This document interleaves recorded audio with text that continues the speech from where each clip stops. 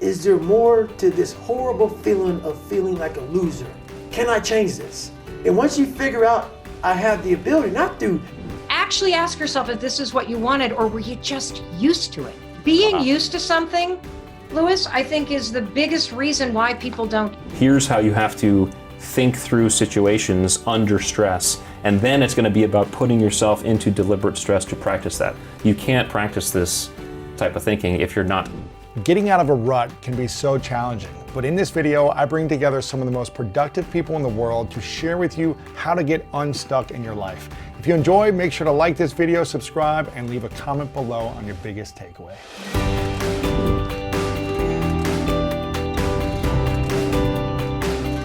How do we train our minds and our body to be motivated towards a goal and not stay lazy? Yeah. Well, at first it's know thyself, because we're all different. And so one of the attributes I talk about in the book is discipline. And what I had to do with discipline was actively separate discipline from self-discipline. What's the difference? Okay, well, the difference is that self-discipline is internally focused. Okay, self-discipline is about managing oneself, and it has very little to do with external requirements, right? So you or I can decide to get in shape, for example, and we can change our diet, we can work out every day. The external environment doesn't have a lot of say in that, you know, in us achieving that accomplishment. So self-discipline is about managing the internal. Discipline, the way I talk about it in the book, is about achieving that long-term goal. These are those long-term goals that are going to take a while to achieve, and the external world has a say. So getting that promotion, writing that book, becoming the famous singer, becoming a Navy SEAL, right? The external world has, starting a podcast, right? The external world has a say in whether or not you do that, and the discipline that is required to move through those wickets takes adaptability, it takes flexibility, it takes the ability to not get seduced by the highs, the successes, and not get crushed by the failures, and continue to move towards that goal. And what I found was, because I'm a very unself-disciplined person, I don't have a lot, right? And so I had to separate this, because I've been able to achieve a lot of goals in my life. I say, well, what's the difference? Well, the difference is if you are overly, so those with very high self-discipline, sometimes, this is not exclusive, but sometimes have trouble achieving long-term goals, because the achievement of long-term goals often takes an ability and by necessity to march into the unknown, into uncertainty, which is going to throw you off routine and throw you out of certainty. The self-disciplined person, the very self-disciplined, likes routine, likes certainty, right? That's how it's structure. I mean, that's what it is. Yeah. And so moving towards a goal like that takes oftentimes being able to adapt out of structure, you know, and say, well, I can't do that like I'm normal. I'd have to just go in. I have to go in unknowing, right? Now, the most successful people are those who have both self-discipline and discipline, right? In terms of staying motivated for a goal, the way I would do it by knowing myself is I would understanding I'm not a very self-disciplined person, I would simply try to chunk a goal into smaller pieces, right? So if I want to lose weight, you know, then I can say, well, that's why cheat days are actually good for me, right? Yeah. Because I can say, okay, I'm gonna take this piece of it and move. So I chunk my reward system in a different way. But I think the way one stays motivated towards a goal is highly subjective, but it would, in my kind of through my thought process and my experience, involve an active, or one to actively map out a reward system that helps someone move through that. Sort of creating a reward system first for the goal in order to help you stay motivated. So depending on how you show up. Not right? just say like, okay, my goal is to achieve this thing. It's going to take me 3 years to accomplish it. Right. And that's the only reward I'm going to get in those 3 years. But how can I reward myself every day for an action I take, every month for a milestone, every year for getting closer? So focusing on the reward system for ourselves. And this is neurobiological, because dopamine, the neurotransmitter, is you get hits of dopamine when you, as a reward, when you achieve things. You know, there's many ways you get dopamine, but one of the ways is when you achieve things. So if you're able to effectively create a reward system that means something to you, it can't be kind of inert, right? So if I want to run a marathon and I can barely run to my mailbox, right? then maybe, buying some running shoes and putting them on one morning is enough of a reward system to get a dopamine hit. Yeah. As someone who runs, somewhat frequently, and you probably identify with this, just putting on our shoes one morning is probably not going to give us that dopamine hit. We got to extend that. We got to extend that task a little bit so that you've already accomplished a lot of something. You have to push beyond it. You have to push beyond it to get that reward system, so it becomes subjective. What would you say, 20 years as a Navy SEAL at different levels, and you were deployed how many different times? Are you allowed to talk about that? Well, 13 and some change, yeah. So deployments between, 6 months and over a year? Yeah, I never did year long, but anywhere between 3 months to 6 months usually. And this is Iraq and Afghanistan? For the most part, yeah. And other places maybe you're not allowed to talk about. Yeah. What would you say of that 20-year experience was the most challenging experience for you? Was it something within a mission? Was it learning how to develop as a leader? Was it having a relationship with your wife during that time? What was the most challenging point for you? Yeah, the most challenging thing, ironically, wasn't the job because we were all so prepared for the job, and we were around just the best people in the world. So the trust and the camaraderie was, to this day, I look back on it very fondly, right? Wow. So not the day-to-day job. No, you mean even just like the missions you went out on? Yeah, that wasn't challenging. I think if I were to say, the first and foremost was probably having to leave the family. When you have to say goodbye to your family for a stint, whether it's 3 months or 6 months, or some folks are deploying for a year, right? That is a rough deal that not many people can capture. Not many people with families can capture that, when you have to say goodbye to your kids and your wife for that. Okay, well, see you in however. And then to add on to that, understanding their stress, or at least my kids were a little bit smaller, but understanding my wife's stress, knowing that I was going someplace and it was dangerous. Contact yeah, well, luckily with today's technology, contact was fairly easy, but we found again, ironically, we found that daily contact was never a good idea, because what happens is you establish a routine. You get comfortable. You get comfortable. So something happens. I'm working. I'm overseas in something. I have a mission that goes long or whatever, and I don't get to call her that day. Well, suddenly she's worried. And it also makes time actually seem slower. Interesting. So we decided we were only going to talk usually once a week. My son, who had a real trouble, and he was young. He was, he was born in 2005. So by the time he was 2, he was having trouble with me deploying. And every time I went, it was rough on him. And we actually almost had to. Well, we literally had to just decide not to. I was not going to talk to him on the phone. It was too hard for him. He had to basically kind of forget me. Oh my gosh! So he had to compartmentalize as a child. Yeah. In order we had to help him compartmentalize. Survive. Yeah. And not go depressed or be stressed, because that's one of the attributes you talk about, is compartmentalization. Yeah. How do you do that if you're an emotional human being you have these deep connections to your family and friends? How do you just detach, in a sense, and become more machine-like for a period of time, and then allow yourself to feel deeply in other moments? Well, it never goes away, and I think the attributes, the way I talk about compartmentalization and the attribute is more kind of surrounded by the way our brain functions and processes information, versus I'm going to block something out so I don't have to think about it. However, I think most team guys, SEALs, Spec Ops guys, have a very high ability to compartmentalize away from things, block out things that are painful. And I know that about me.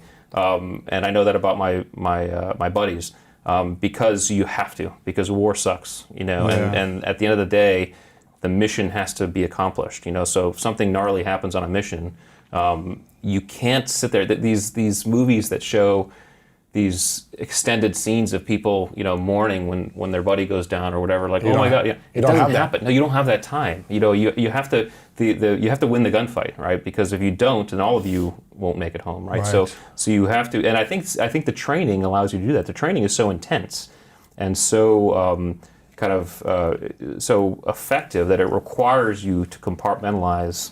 Training teaches you to compartmentalize. You become very, very good at it. Now, that can be a detriment in a relationship.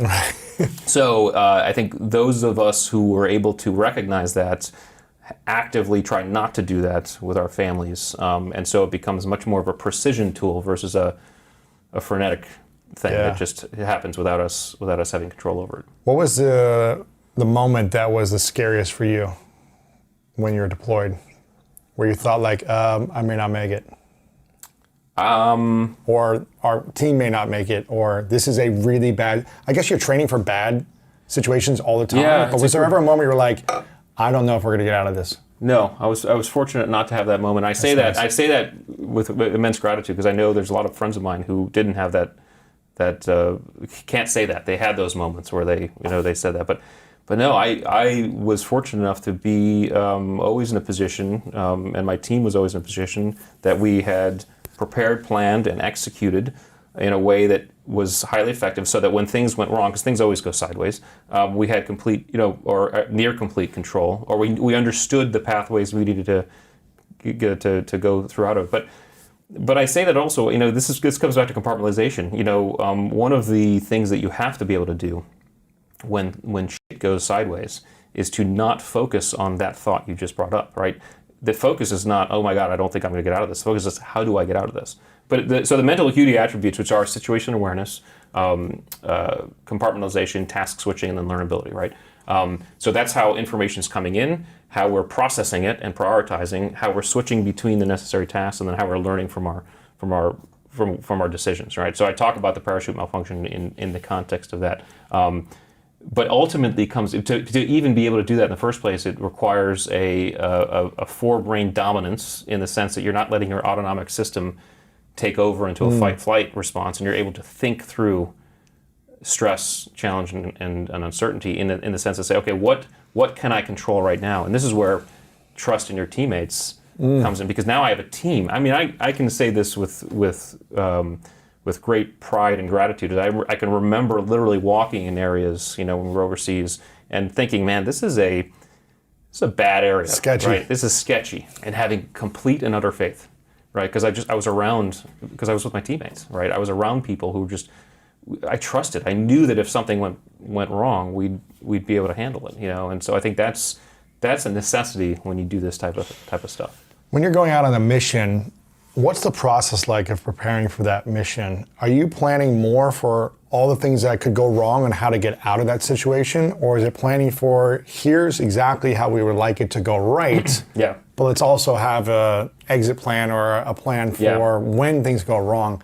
It's the latter. It's you plan the mission as you'd like it to go, and then you inside of that planning you build contingencies within each factor. So when this doesn't go as planned, right. So what are the 3 ways to get out? Yeah. So just like any athlete would understand, or so a quarterback coming out of a snap would say, well, I have 2 or 3 or 4 plays I can fall back on depending on how this line shapes up, right? You have the same thing, this is where experience matters. You do it over and over again. It's okay. Well, as we're coming in on insertion, there's a few things that could go wrong. So if this, then that. If this, then that. And you kind of do that throughout the phase planning. But then there's what we call the 80-20 rule, and that is you get to 80% of certainty, and then you recognize that 20% is just out of your control, and that's where confidence comes. You say, hey, if something happens outside that 20%, we will figure it out on the fly, because we're not going to figure out everything, and it's Murphy's law will dictate that something happens that we haven't thought of. So you prepare yourself to deal with uncertainty. How do you train your mind to deal with chaos in the moment so that you don't freak out and freeze up, but you actually turn on a level of focus and attention towards achieving that goal? Yeah, so I think we're predisposed, each one of us, to what I've called, like Huberman and I both have called this, is the autonomic set point.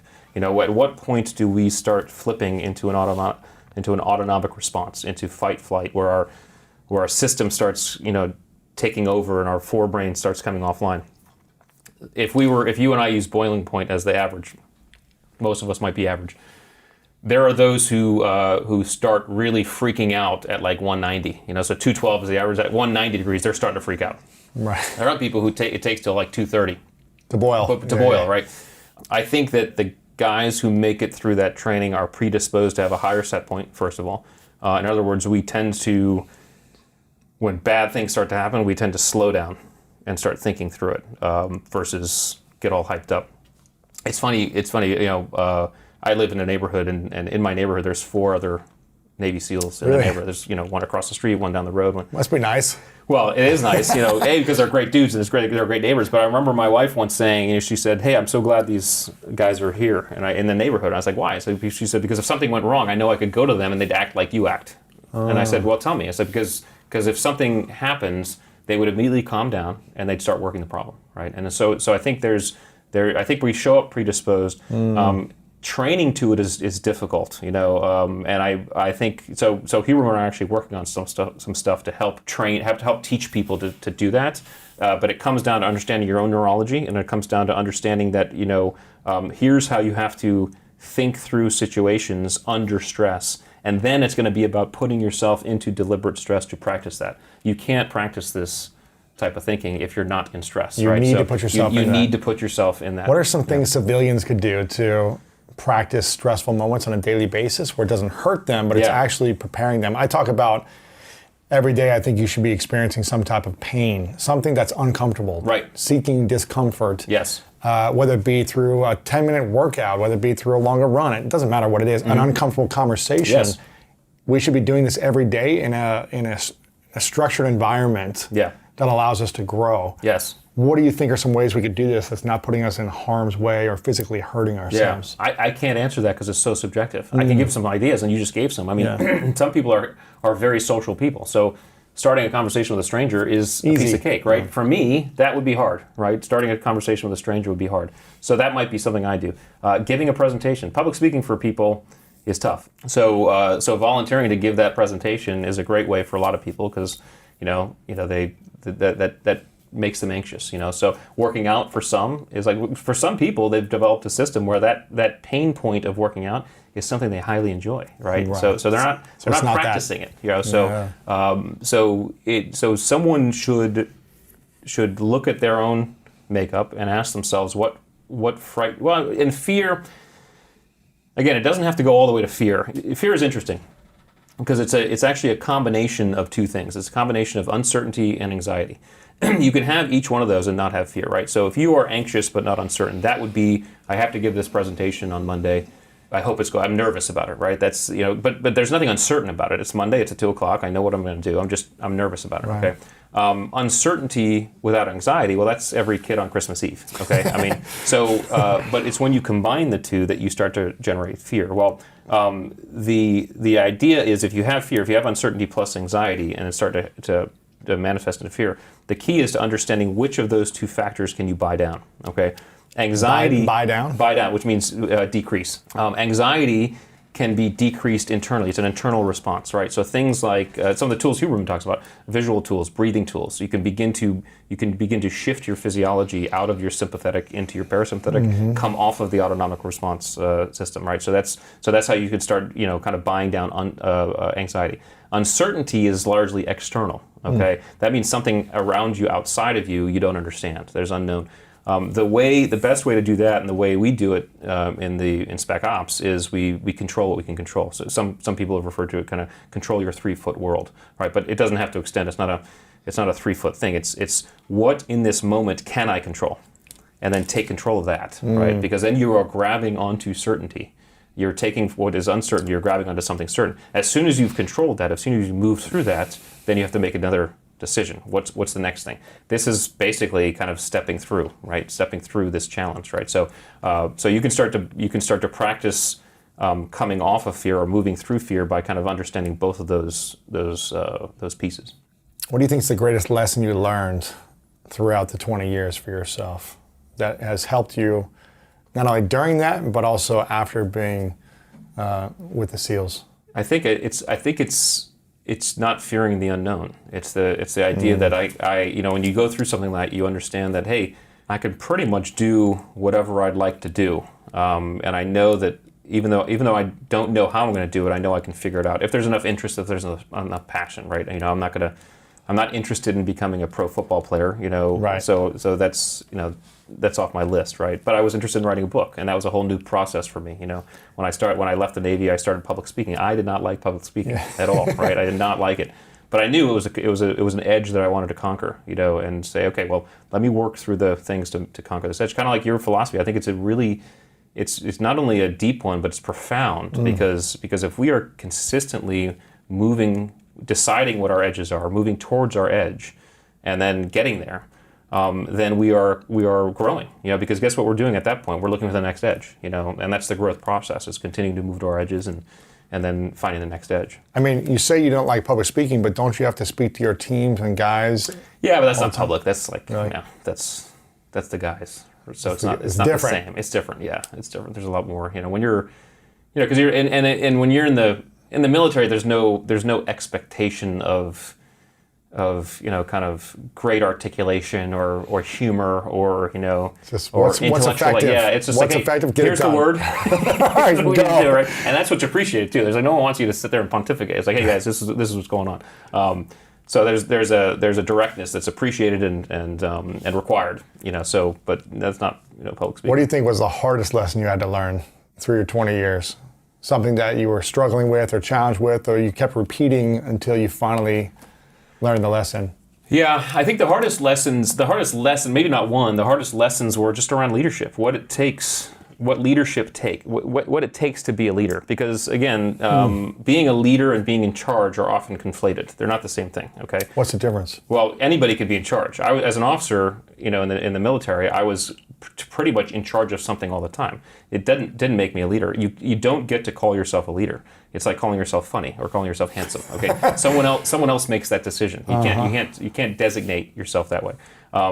Someone else decides whether or not you are a leader. Okay, and that's done through the way you behave in that position. So if you're in charge and you're behaving in a way that causes someone to make a decision, okay, this is the person I would lead. I mean, if we think about the leaders in our lives, the people who we consider leaders in our lives, it's not because they were just in charge of us. In fact, we could probably think of people who we would follow into hell and back, and they have no place in the hierarchy of our lives, right? They are just someone who they've behaved that way in a way that's made us kind of endeared to them. So the attributes I talk about in the book in terms of leadership attributes are all attributes that actually cause behaviors that typically cause people to look at others as leaders. What are the behaviors that most human beings admire the most, that we want to follow that person or be inspired to be led by something that they're sharing or involved in, a community, a movement, whatever it may be?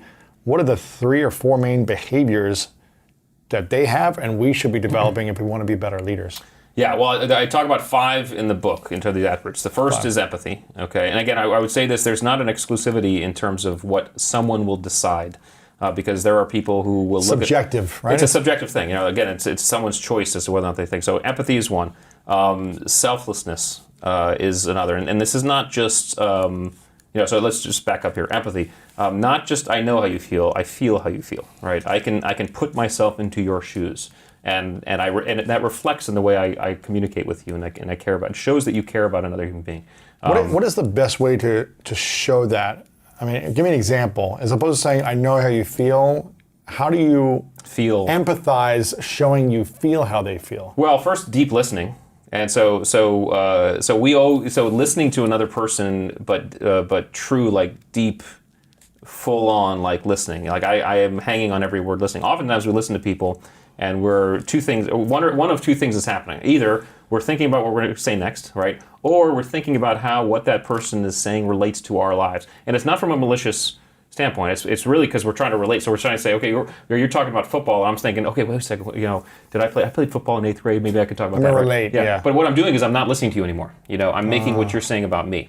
So what deep empathetic listening is, I have like a whiteboard in my mind, okay? And as I'm listening to you speak, if something pops onto the whiteboard, I erase it and I move on. I just keep on listening. That is, if you empathetically listen, like look into someone's eyes, attentive behavior, facing each other, they are going to feel cared for because you're exchanging. There's an exchange going on. There's serotonin being released. There's oxytocin being exchanged, or at least released, and all these kind of these bonding chemicals, right? So that type of listening shows someone you care about them. Empathy is a little bit tougher for some.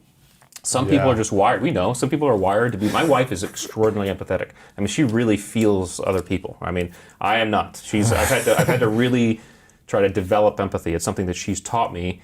She hasn't taught me how to do it, because you can't teach someone attributes, but she's inspired me to kind of develop it myself.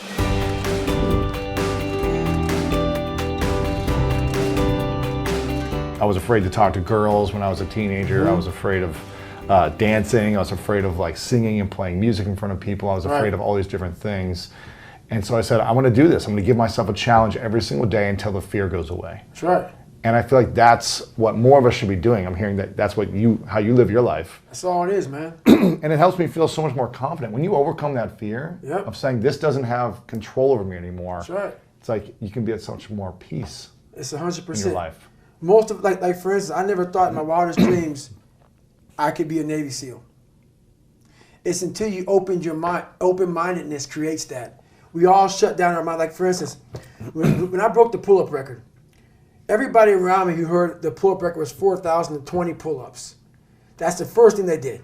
Oh my God. 4,000 in 24 hours, or was this? It's 4,020 pull-ups in a 24-hour period. Yeah. The first thing I did versus closing my mind to like, oh my God, that's crazy.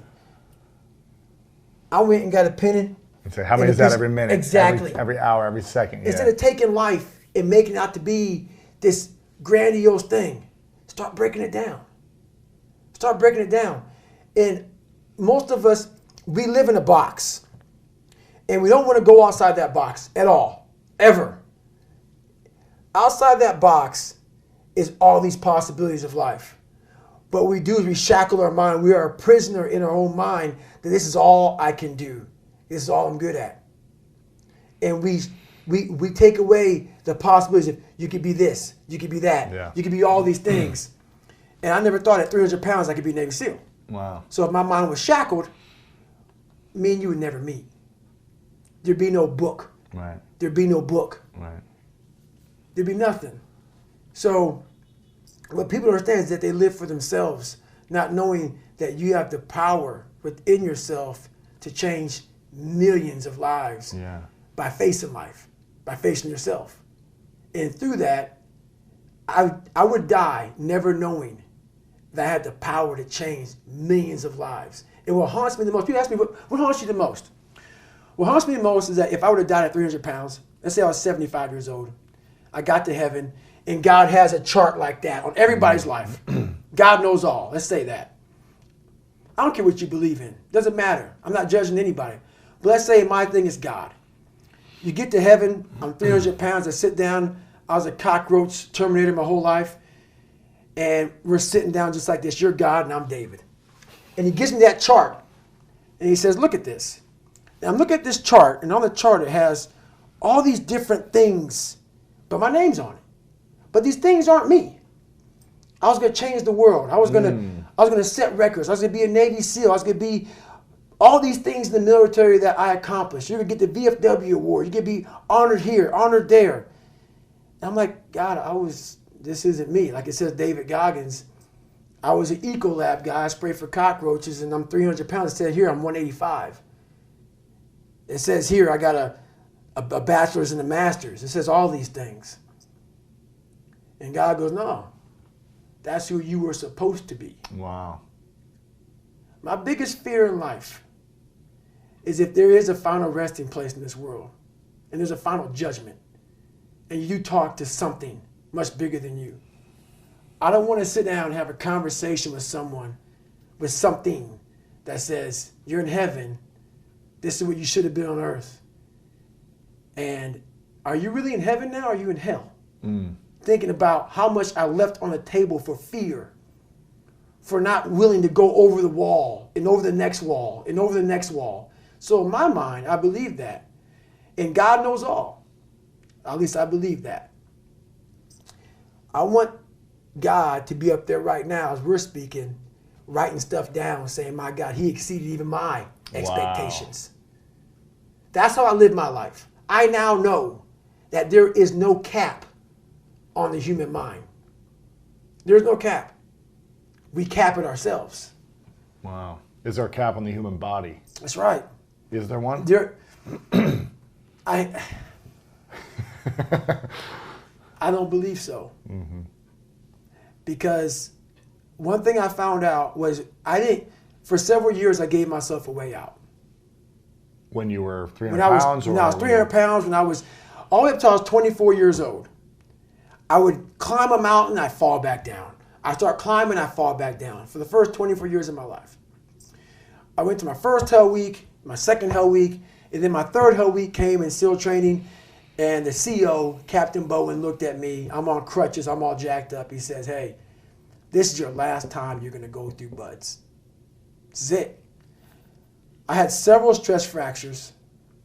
I had double pneumonia. I was jacked up, and he gave me a few months to heal. And he said, this is your last time going through. I shouldn't even let you go back through. Wow. I started Navy SEAL training with stress fractures.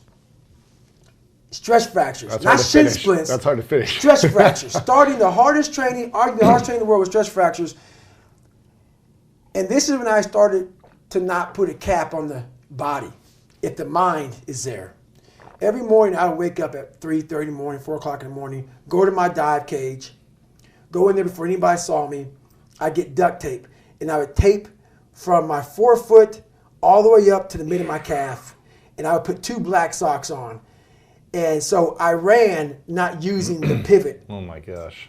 And I ran my hip flexors. So for the first 45 minutes to an hour, I was in absolute excruciating pain. But what motivated me through that whole process was the fact that this kid came from that. I'm in the hardest training in the world, in the worst shape of my entire life. What if I can graduate amongst these studs? Wow. All these guys around me are studs.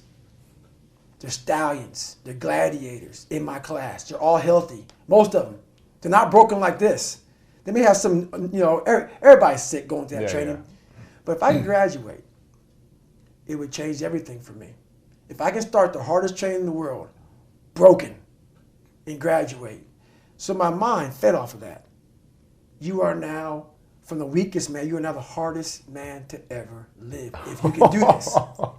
If you can do this. Life is one big mind game. Yeah. And you're playing it with yourself. Is it true? I don't care. It got me through the hardest training, starting out broken.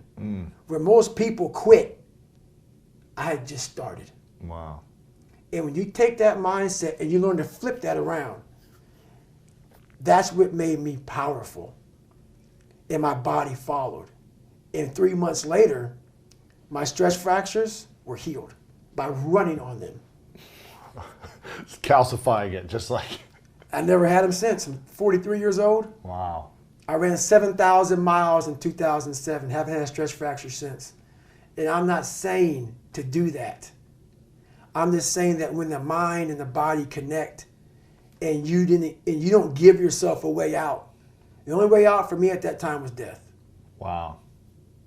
I'm going to be a Navy SEAL. Or I'm going to die. Or I'm going to die trying. Yeah. Period. And my body said, Roger that. We're going to get you through this. So when the mind gives it no way out, your body says, okay, I believe you now. I have to heal. I'm going to figure this out with you. We're going to do this. It's going to be the worst part of your life, but you're going to survive. We're going to survive. Wow. And as you hear in that 100-mile race I did, I started figuring out more and more and more and more about at the other end of suffering is a life that no one, and I'm not talking about go out there and kill yourself. Don't take these words and flip them and say, oh my God, no. It just be uncomfortable. I call it suffering. Don't physically injure yourself. Yes, not saying that. And then be out for 6 months. That's right. That's no good. That's no good. I'm not saying do what I did. Yeah. I was in a spot that life forced me. I had a choice.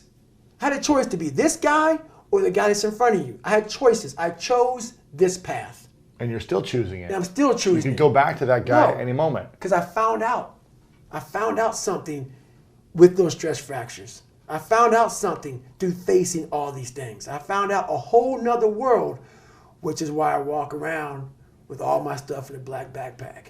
Wow. I found out a whole nother way.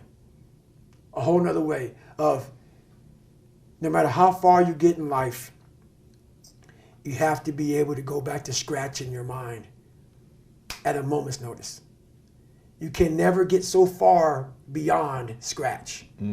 What that means is when you accomplish something in life, if you want to go back to scratch and go back to that $7 a month place where I once lived and visit that place for a long period of time.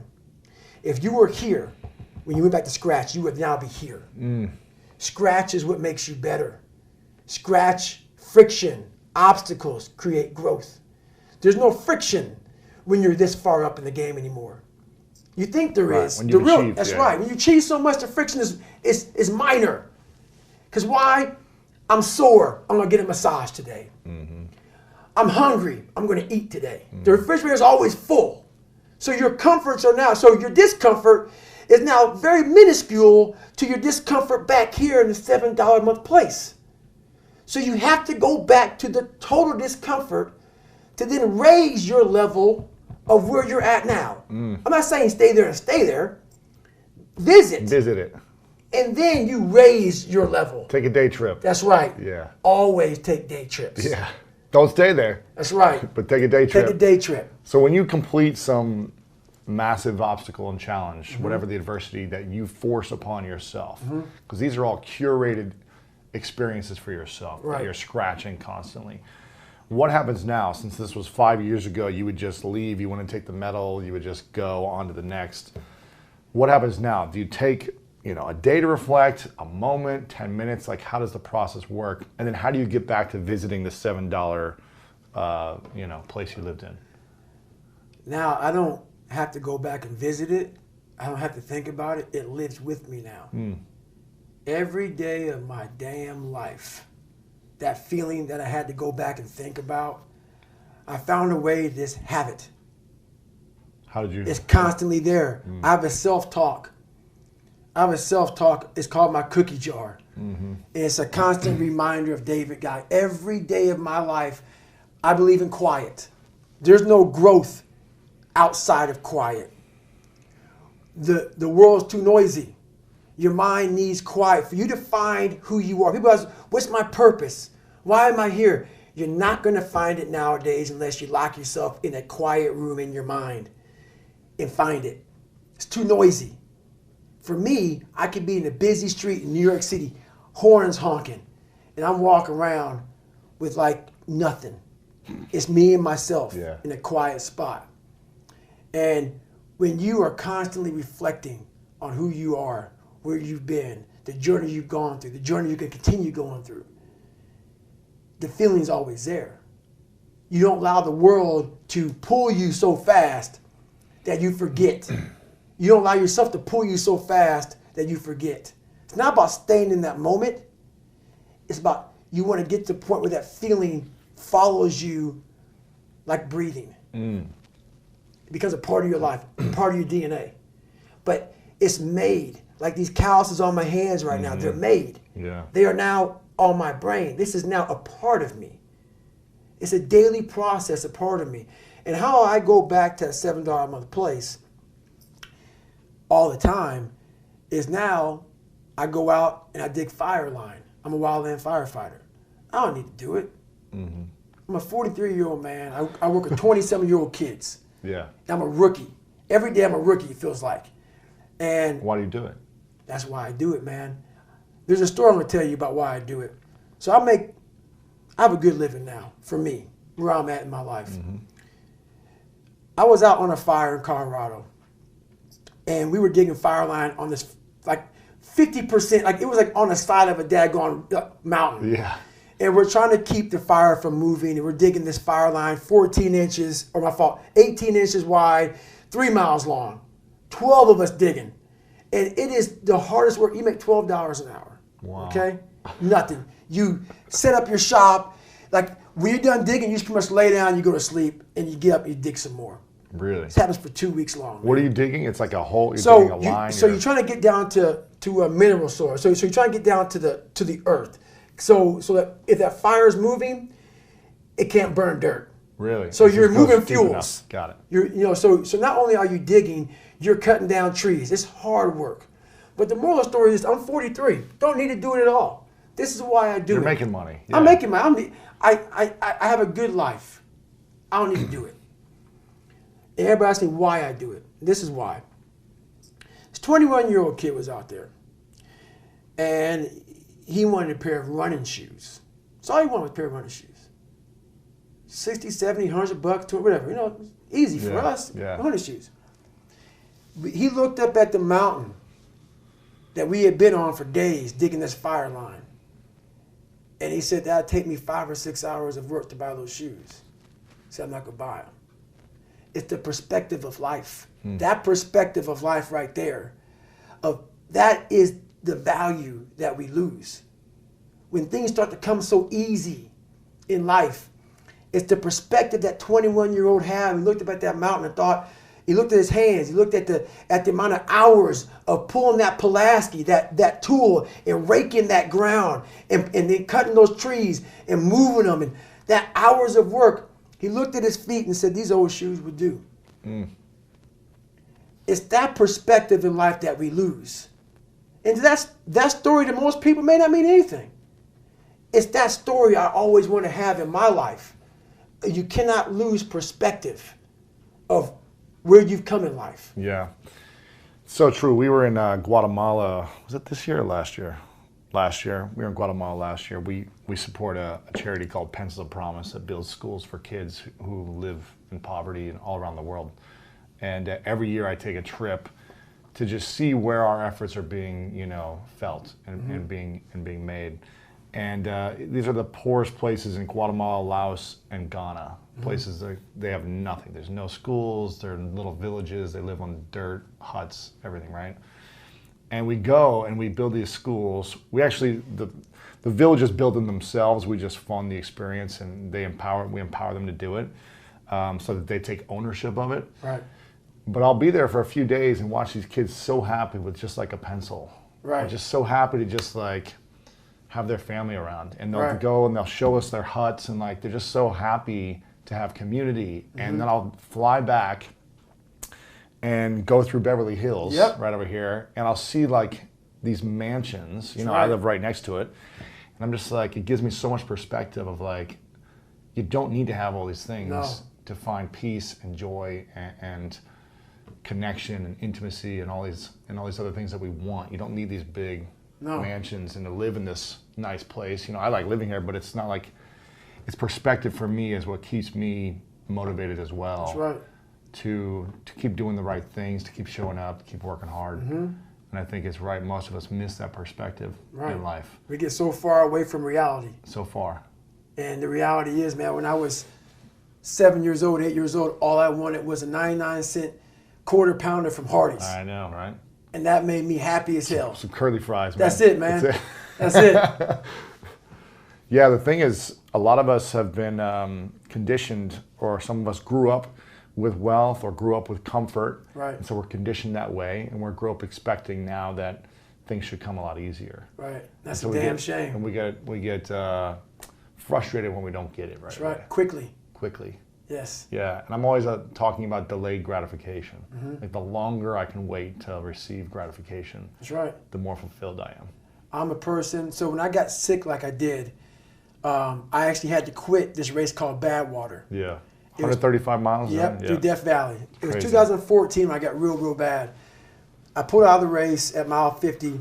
I went to the emergency room, and the docs were like, we can't find this, we can't find that, we know what's wrong with you.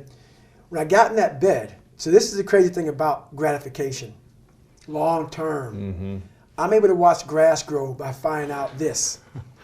I sat there, couldn't run a quarter mile, couldn't get out of bed. The only thought I had in my mind, I pulled out of that race. I told myself, I'm going to go back to Badwater one day and run it. I'm going to win the race. Haven't been back since. 2019. I'm not saying I'm going to win it. I'm just now in the shape to go back. Wow. Haven't run a 100-mile race since 2014. Wow. Because I've been that sick. I'm just now. Imagine the gratification I'm going to get by getting to the start line of that race. And what if I can win it? Be pretty sweet. Pretty sweet. 4 or 5 years, yeah. Be pretty Imagine sweet. that. Of having that kind of self-discipline to every day wake up and having these setbacks where I can't even run a mile. Wow. But I'm thinking about running 135. I can't run 1 mile, but I'm thinking about running 135. And with that process, guess what happens? Sooner or later, you can run 10 miles. It may take a year, but it gives you more and more hope that it's possible. And I'm at the point now where, guess what? It's right around the corner. Wow. Most people in that time frame, in that mindset, I can't run anymore. It's over. No. It's just gonna take a little bit longer. You have to turn the negative into a positive. Because at the end of it all, if you can sit back and wait, if you can wait 6, 7, 8, 9, 10, 12 years, when you get to that point, when you finish, that's the feeling for 12 years. Let's say wait 12 years to get there. That's what keeps you going, is you gotta feel, I'm doing it for 1 second. Years of pain. For 1 second. 1 second. Think about it. You cross the finish line, it's over. 1 second. Most people do that, and the 1 second isn't what they thought it would be, and then they're pissed and upset, and they keep going on to the next because they never reflect back on what they did. It's not the 1 second, it's the 12 years. Yeah. It's the 12 years that I want. It's not the race. It's the 12 years why you did it. It's not the winning. It's not the winning. It's not what place you got. No. But most of us focus on, That's right. oh, I got to win this. That's right. And if I don't, I'm going to be upset. I would achieve all my athletic goals for years, and then 10 minutes later be the angriest person That's in right. the world. So angry and frustrated, nasty with people, Yep. and I would delay my gratification for years to achieve what I wanted. That's right. And I never understood that either. Being a perfectionist is the worst thing that can happen to a person. You never live. Like when I lost that 106 pounds in like 2.5 months, whatever it took me, that was the biggest trophy of my entire life. I didn't care if I graduated Navy SEAL training. I didn't care. What I just accomplished in that time frame, it's massive. Yeah. I don't know, there was no trainer. There was no like, and what's funny about this, we talk about mental toughness nowadays. It's like the biggest crave. When I grew up, it was just suck it up. Yeah. It was just make it happen. Yeah. You had to figure out. It was called figure it out, man. And all these nuggets that I gained along the way, that's what it was about. It wasn't about the trident. It wasn't about all those daggone medals. It wasn't about any of that. And that's why I hate even talking about being a SEAL, you know. I mentioned stories. People, why don't you talk about it? Didn't define me. The journey getting there was harder than going through it. Yeah. You know? So that's the whole thing about life, man. It's that journey that makes you who you are. Life is the C between the B and the D. And people listening thinking, this guy speaks in tongues. This is like code. Okay. I'll give you a hint. What's the B and D? B is birth. D is death. Death. So what's life? It's the C, choice. Wow. Like, let that sink in. That's good. Life is a C between the B and the D, and C is choice. Life is all about choices, because you are sitting here right now, the sum total of all the choices you've made up to this point. That's true. And I'm saying, like, everyone, you know, who are you gonna date? Where are you gonna live? Isn't What it are you crazy gonna do? that you could be, you could be making all the right choices your entire life and make one wrong choice and set you in a prison, or make you go bankrupt, or whatever. Or fill in the blank. Or in the opposite. Right. You can make all the wrong choices and make make one right choice to set you on a path of greatness. Because one step, if you're going this way, here to here, and you take one step in another direction, it completely changes your destination and your destiny. So the good news is, you could make one choice that takes you off tangent, but one choice or the right about who you're going to spend time with. What are you going to eat today? You know, whether you're going to move today, if you're going to listen to this podcast, if you're going to focus on crisis and all the terrible things in life, or are you going to focus on, like, wow, how people are stepping up and how they're doing other things. But the second thing I learned, besides out of my sleep, doubling down on skills and capabilities, I always tell people, don't downgrade your dreams to fit your current reality. Upgrade your mindset, your motivation, your methodology to really meet your destiny, the things that you want most in life. How important are skills?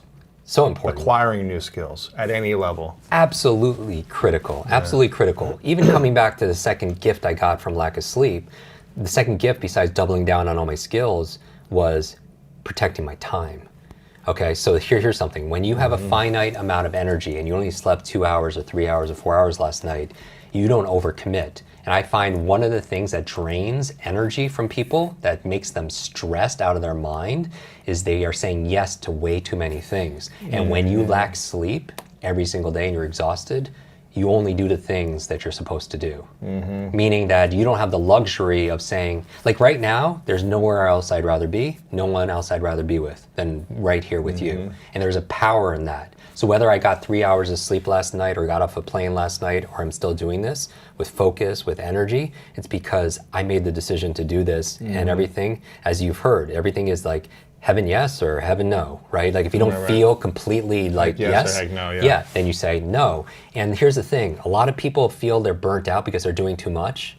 I don't think you're burnt out because most people are burnt out because you're doing too much. I think you're doing too little of the things that make you feel alive. You're doing too little of the things that really matter in your life. And so you're saying yes to things that don't matter. Exactly. So the second gift I got out of years of not sleeping was... You said no to everything. Yeah, exactly. And I only do the things that are important, because one of the lessons I got from spending time with elderly, because I lost my grandmother and I spent all the time in senior centers and nursing homes and training them and helping with them, the gift I got back, I always get a gift back from working with anybody, is I heard stories and so much wisdom of generations that have gone through, you know, like real hardship, right? I mean, our lives compared to theirs is, you know, now is there's no comparison. Yeah. But one of the things I do hear, because I do believe genius leaves clues, and when somebody asks me what's the definition of genius, I don't think it's IQ. It's not this number that you test at 8 years old and that's your number when you're 88 years old. You know, I demystify, you know, IQ and everything else in this book, that everybody can learn to be better in all these areas, interpersonally, you know, with their focus, with their memory, everything. One of the things that I've learned is that with working with these seniors is that, you know, there's a lot of regret at that place. When you're taking your final breaths, you know, my definition of genius is pattern recognition. That you could see patterns. Like, you know, someone who's, you know, a genius at greatness, you see patterns in what, you know, everybody who sits across from you, you see like they're doing certain similar things, certain habits, certain mindsets, certain drives, they're eating a certain way. There's a commonality with that. And so I believe genius leaves clues, and genius it can be built, not born. And that's a big part of my training. But the other thing I learned from these seniors is these regrets, they come out, and the biggest regret always is that somehow they lessened or limited their life because of other people's expectations, because they were fearful of other people's opinions about them. They didn't date that person or marry that person because of what society would think, or they started a career because their parents wanted them and expected them to do that. And I'm here to remind everyone, it's not a pleasant conversation, but you know, when we're thinking about our mortality, and you know, one of the things that was the impetus for this book was, you know, I had a near-death experience, like in a car accident, and it made me think about legacy and ask a new question. Like I was like, wow, I want to get this book out, because shame on me if somebody's struggling and suffering the way I was, with distraction, with memory loss, with overload, overwhelm, not feeling good about themselves, and I didn't help them. So I feel like what gets me on stage, even if I am an introvert and shy, is that I'm focusing on them, right? And that's my focus. But the regret people have when you're taking your final breaths at the end of our life, none of other people's opinions and expectations will matter. What will matter, none of our fears will matter. What will matter is how we lived, how we laughed, how we learned, how we loved. You know, that's really what's going to matter. And one of my mentors, Dr. Stephen Covey, another great book, 7 Habits of Highly Effective People. One of the habits of the most highly effective people is begin with the end in mind. You know, and then the ultimate end is like when we're passing. Because when you think about being in that box, that coffin, there's no room in there for possessions. And I'm all for people having toys and everything else like that, but you can't take that with you. And in that coffin, there's no room for regret. You know, one of the things I learned from Jim Carrey, and I'm dropping a number of names, and the reason why is because when you see their movies, you see, you know, Sonic Hedgehog, or you watch another Will Smith, it reminds you of the lessons. It triggers. So that's how human memory works. I was spending the day with him And he was like, Jim, I want to get really smart before filming Dumb and Dumber. I'm like, that's ironic, but that's really, to play dumb, you have to be really smart to do that, right? And so I spent the day with him at his home, and we take a brain break. It was a long time ago. Yeah, it was. And we were at his home, we were taking a brain break, and we make all these brain foods during lunch, and I wanted to know motivation again. I wanted to get into this model about motivation, because I'm always curious what drives people, and I found out, I was like, why do you do what you do? And he was like, Jim, he was like, I act like a complete fool on camera. So extreme, because I want to give people watching permission to be themselves. He's like, my religion is to free people from the concern of others, because that's what limits us. And isn't that interesting how adults, what keeps us limited are sometimes the expectation. It puts us in a box, right? We don't want to look bad. We don't want to make a mistake. And yet children are really, they have this limitless mentality, right, where they could do anything. You don't look at a child, for people who have children, they're learning to walk or talk. How many times do they fall? Thousands. Yeah, hundreds, exactly. And never after the 500th time they fall do they say, okay, it's not for me. Yeah, exactly. I'm not going to walk. That's not right. But as adults, they take a Spanish lesson. Fall once and we stop. Exactly. They take a salsa lesson. Yeah. And they're like, okay, this is not for me. Too much embarrassment. And I always encourage people to at least, I'm telling you, we have one life to be able to figure this out. So you try new things. The brain thrives on novelty, right? To build your brain cells, two things, just like your body, novelty and nutrition. And obviously rest and sleep. Yeah, of course. Novelty, you give it stimulus, you work it out, and then you give it nutrition to feed that muscle. Same thing with your mental muscles. To create neuroplasticity, right? All you need to give is novelty. You learn something new every single day, and then you feed it the right nutrition so it could build. But I would recommend everybody try something at least 3 times. If you feel called to it, I challenge everyone watching this and even post it on social media, tag us both, because I'll repost our favorite. Try things 3 times. Number 1, to get over the fear of it. Yes. Right? Number 2, like, karaoke or, doing stand-up or something that just to get over the fear of it. Number 2, just to get a little competent at it, get good at it. And then try it a 3rd time to see if you like it or not. Yeah. Because we don't really find our passions. Like, we have to put ourselves out there and give ourselves stimulus, just like with kids. We have a whole, we have a bonus chapter on how to raise limitless children. But part of it is giving them enough opportunity by giving them stimulus to see what they get drawn to and what they want to be able to develop.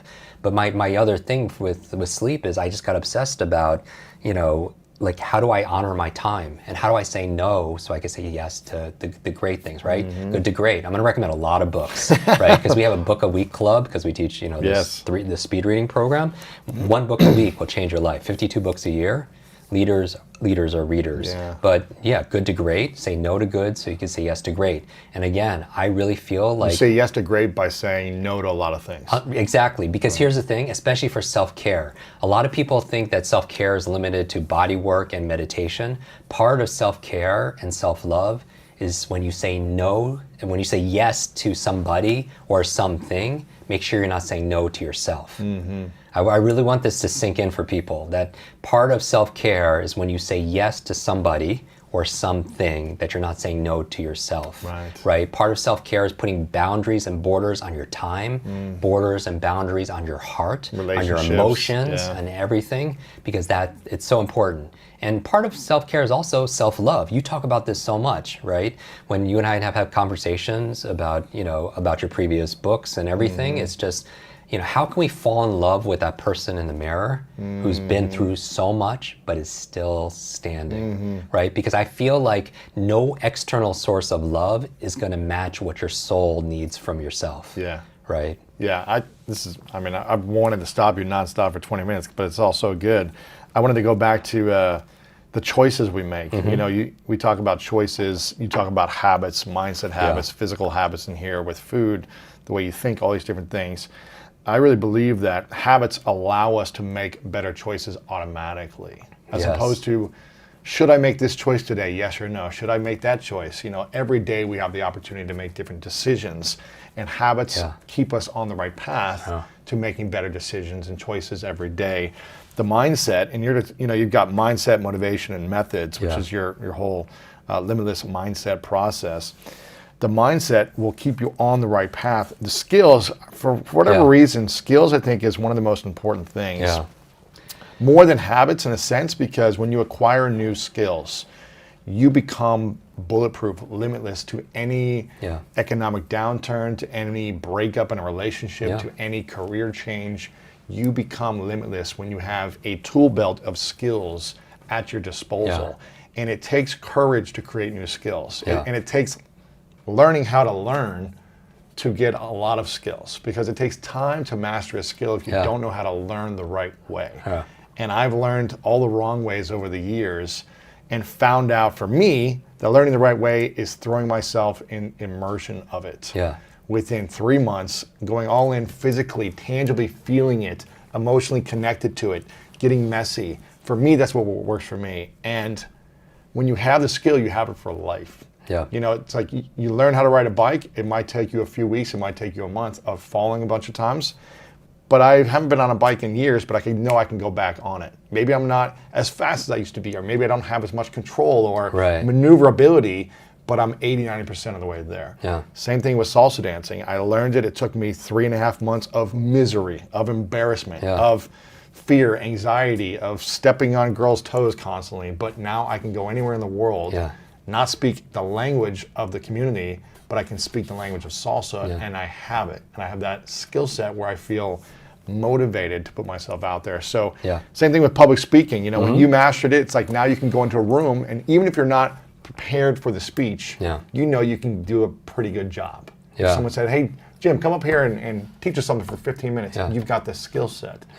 And I think that gives us confidence, that gives us self-belief with the more skills we have. And so what's the process of then learning how to master a new skill when it's challenging, when it's scary, when it's uncomfortable, when it's I'm excited to learn Spanish right now, but I've tried to learn for 20 years. I took 8 years of classes. I've traveled to different Spanish-speaking countries. It's just like, man, how do we learn how to learn something that we want, but it's really challenging? Let's deconstruct this. Okay, so this is the key. So you mentioned two interesting words with competence and confidence. And in psychology, there is a competence-confidence loop.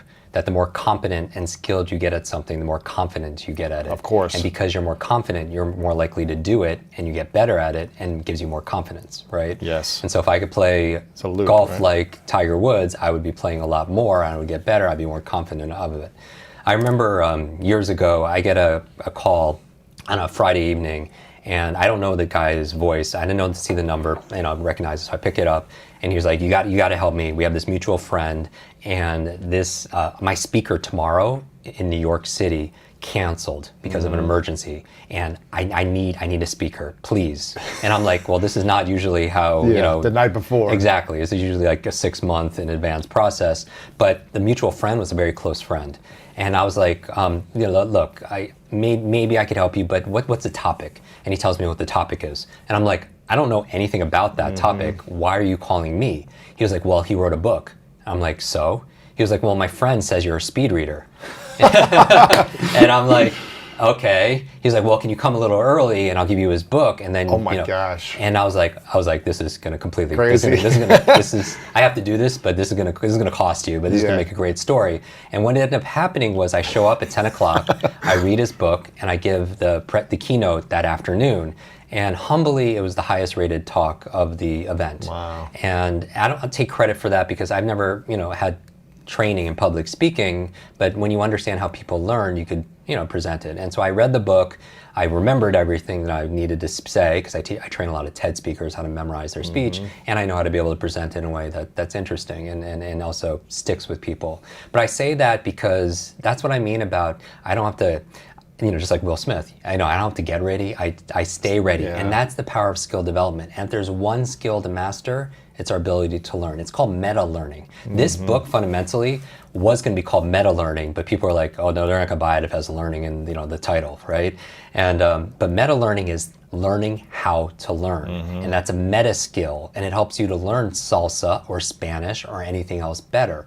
And so let's deconstruct how to do that confidently.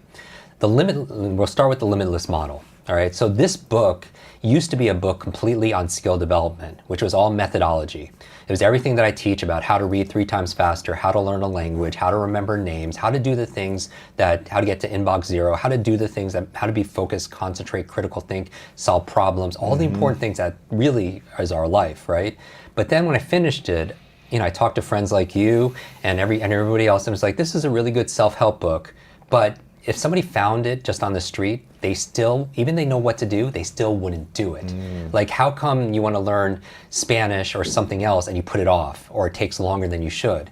Because method is only one of the 3 parts. And so this is the limitless model. And I want everybody to think about a subject or some area of your life where you're feeling held back. It could be your relationship. It could be you're not making progress in your career. It could be maybe in your physical performance or wellness. Think about one area where you're stuck in a box.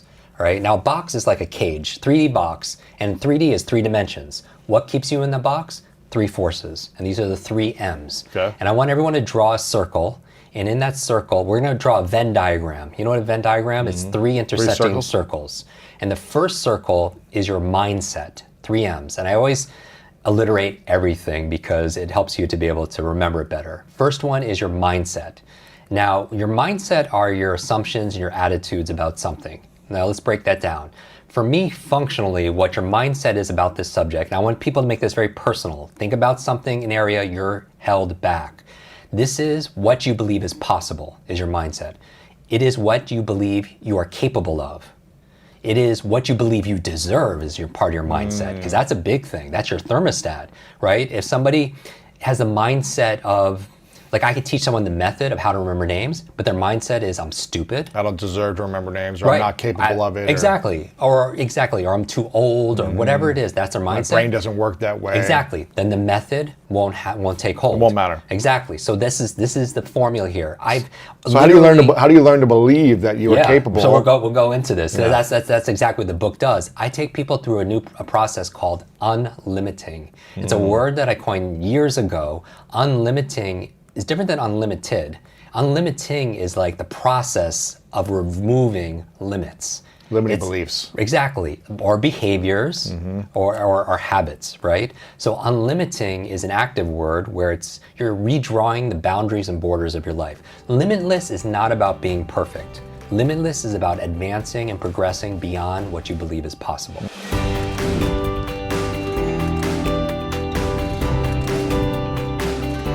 Why do you think that is in human beings that, if things are going bad, we won't change? If they're going good, we won't change, but it's almost like we need a massive breakdown, near-death experience, divorce, COVID, for us to see clearly to start changing. Well, there's a really simple answer: patterns. So the thing about all human beings is that we are pattern learning machines. And if you feel stuck or broken, I guarantee you, while you feel that way, you're not. You have a pattern of behavior or a pattern of thinking that is broken.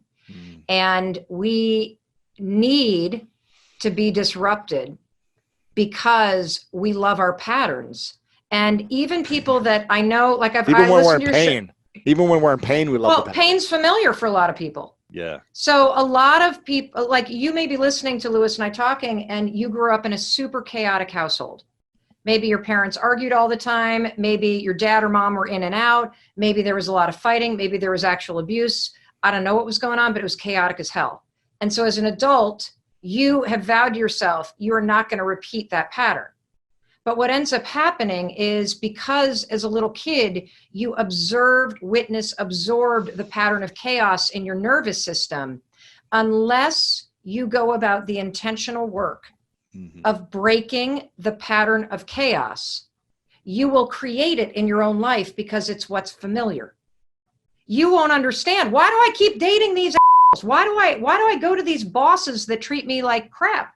Because you don't know what it feels like to be in a relationship with either a boss or a romantic partner or a roommate that is consistent, because for the first 18 years of your life, you lived in a state called, when's the next shoe going to drop? Right.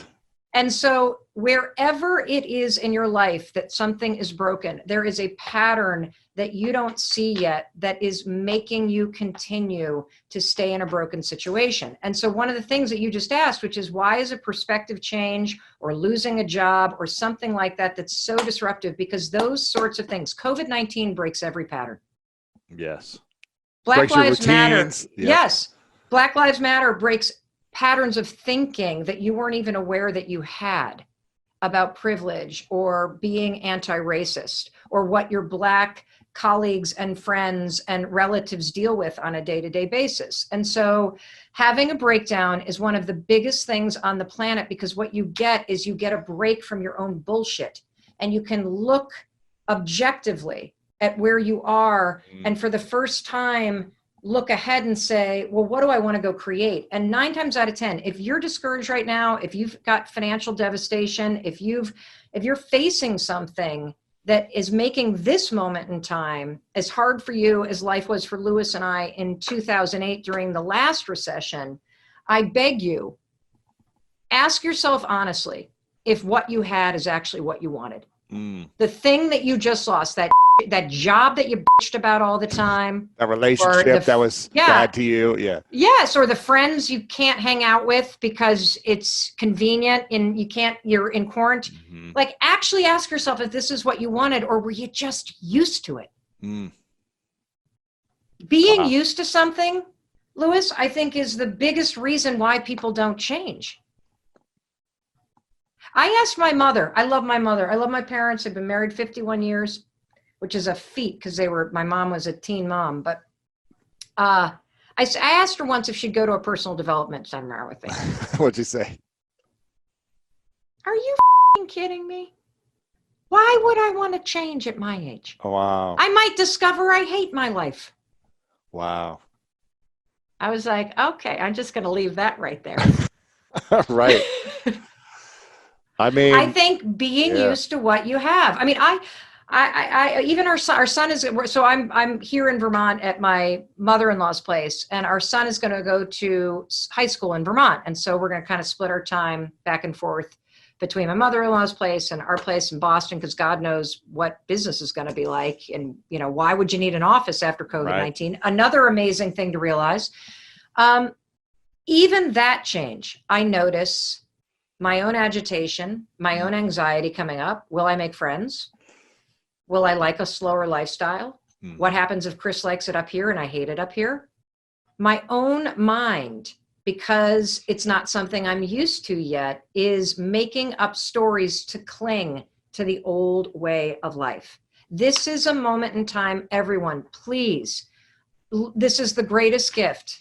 The greatest gift is this moment of pause where you get in touch with what you actually want. And if you don't have the skills, for crying out loud, look around and take an online course, because if you need skills to prepare yourself for the thing that you want, get them right now. Yeah. What is the thing you really want then? You've gone on this grab chase of opportunities that have come your way, not in a bad sense, but it's like, here are a way for you to share a message and be on thousands of stages and do a talk show. And, it sounds like it was your part of your dream, but was it a dream of like, wow, this sounds amazing, or is this exactly what I want? Because I remember you texting me a year and a half ago, 2 years ago, saying, I'm working on the deal with Sony. I think it's going to happen. And then a couple weeks later, it's happening. And then I see all the announcement. It's exciting. I had a talk show on Facebook for a little while. Yeah. It's exciting stuff. And then you put your whole life into one thing, and then it's over. Now you have transcended where you were before because of the skills you acquired and the opportunities you created for yourself, and you've sharpened your coaching abilities and on-camera stuff. Everything has gotten better, but how do you, what do you think about that? Well, so let me back up. 3 years ago, when I was last on the School of Greatness, I had just published the 5-second rule book. Your support was life-changing, Lewis. Like, you literally were the person.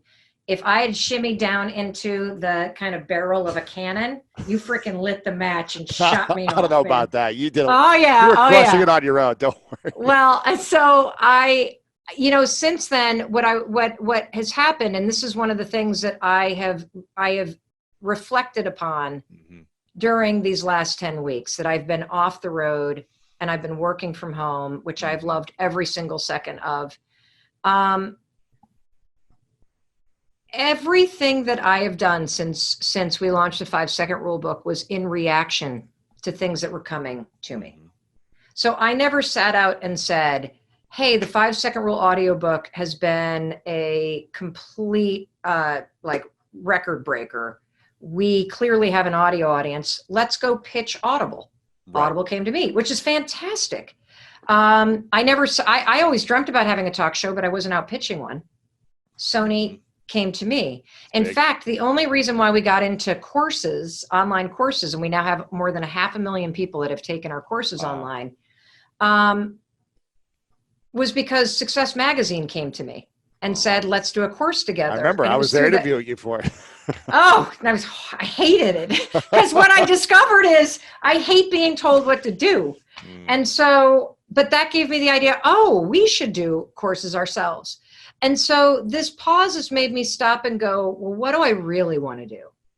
And the truth is, I want to go and make the biggest possible impact that I can. And I want to collaborate with more people. And I want to do events. And I don't want to be the CEO. I'm a terrible leader, horrible leader, the worst, actually, because I'm amazing at coaching. I'm amazing at creating. I'm amazing at reacting. I'm terrible at managing people. I am terrible at managing a project. I have ADD. I have dyslexia. I'm a bulldozer when I get anxious. I Very hate similar, it when people. Mel. I know we are. Like, That's how we'd kill each other if we were roommates or business partners. But I think understanding yourself is really important. And so there's a couple things that I've decided. Number one, I'm going to consciously create the next chapter. And what is that? And I'm still in the middle of doing it. Yeah, but you want to do events. You want to do these things you're talking about. Yeah. Yes, and I want to collaborate more with a wider audience of people. And I want to build a brand bigger than Mel Robbins. Yep. I don't want it to just be me. I want to build a platform-based business that reaches more people. Because here's the thing that got me through kind of the loss of the talk show and the way that I think about things, that I hope helps if you're listening and you're kind of struggling with something. I believe, and I went into the talk show saying this to myself, because there's a 99% chance, based on the history of people that have tried to have a daytime talk show, that it was going to fail. And I went in there saying, I'm not doing this because I expect to have a successful talk show. I'm going to put 1,000% into it so that I have no regrets and I wouldn't change a thing. But I'm going into this because I know that there is a skill, a person, or an experience I am meant to have that will help me for the next chapter that I can't see coming. And the experience was, number one, meeting Mindy Borman, who is my executive producer, now my business partner and CEO. And it was also in working with a team of 130 people and finally being in the right seat on the bus, Lewis. And not having to manage everything, but being in your lane. Yes. And having a team and you not being the one doing everything. I know that feeling. Well, it's not even that I was doing everything. It's that I didn't have anybody managing me. Right. And so your mind is going to go into like opportunity, as opposed to focus mode. Right. And so if you ever wonder why it feels like we're running in circles, it's because I'm the one leading us in circles. Right. Yeah. And so it's a very hard thing to spot when you're in the middle of it. Yep. But when I got into a machinery that operated in a way where I was in the right seat on the bus, it was absolutely liberating. And that was the biggest gift of all. And then the third thing is, I think the daytime talk show and being face-to-face with your audience and having such a big daily audience, it was really amazing to be able to have an impact on a large number of people who feel forgotten because they're a little bit older, if they're still watching TV.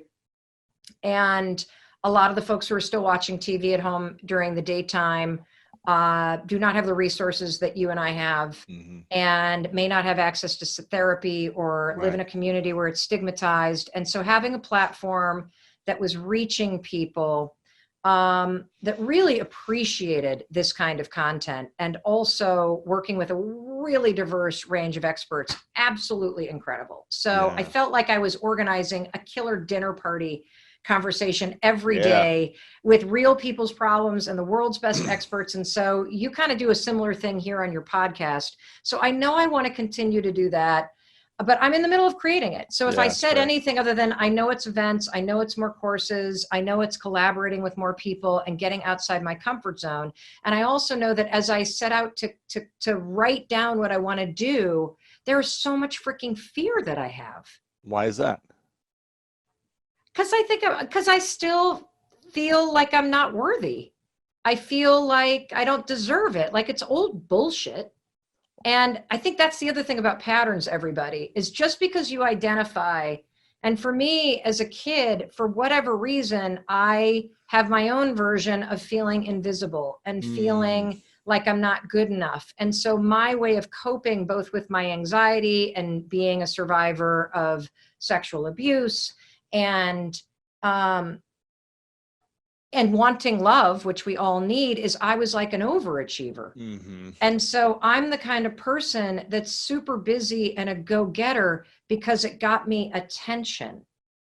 And if I was the one that was super busy and achieving, I not only got praise, but it also insulates you from other people not picking you because you're the one in a leadership role doing the picking. Right. And so there's a part of me at the age of 51 that is realizing that, you know, these feelings of feeling unworthy and this hyper drive to try to achieve, it's all coming from a place of feeling inadequate or like what I'm doing is not enough.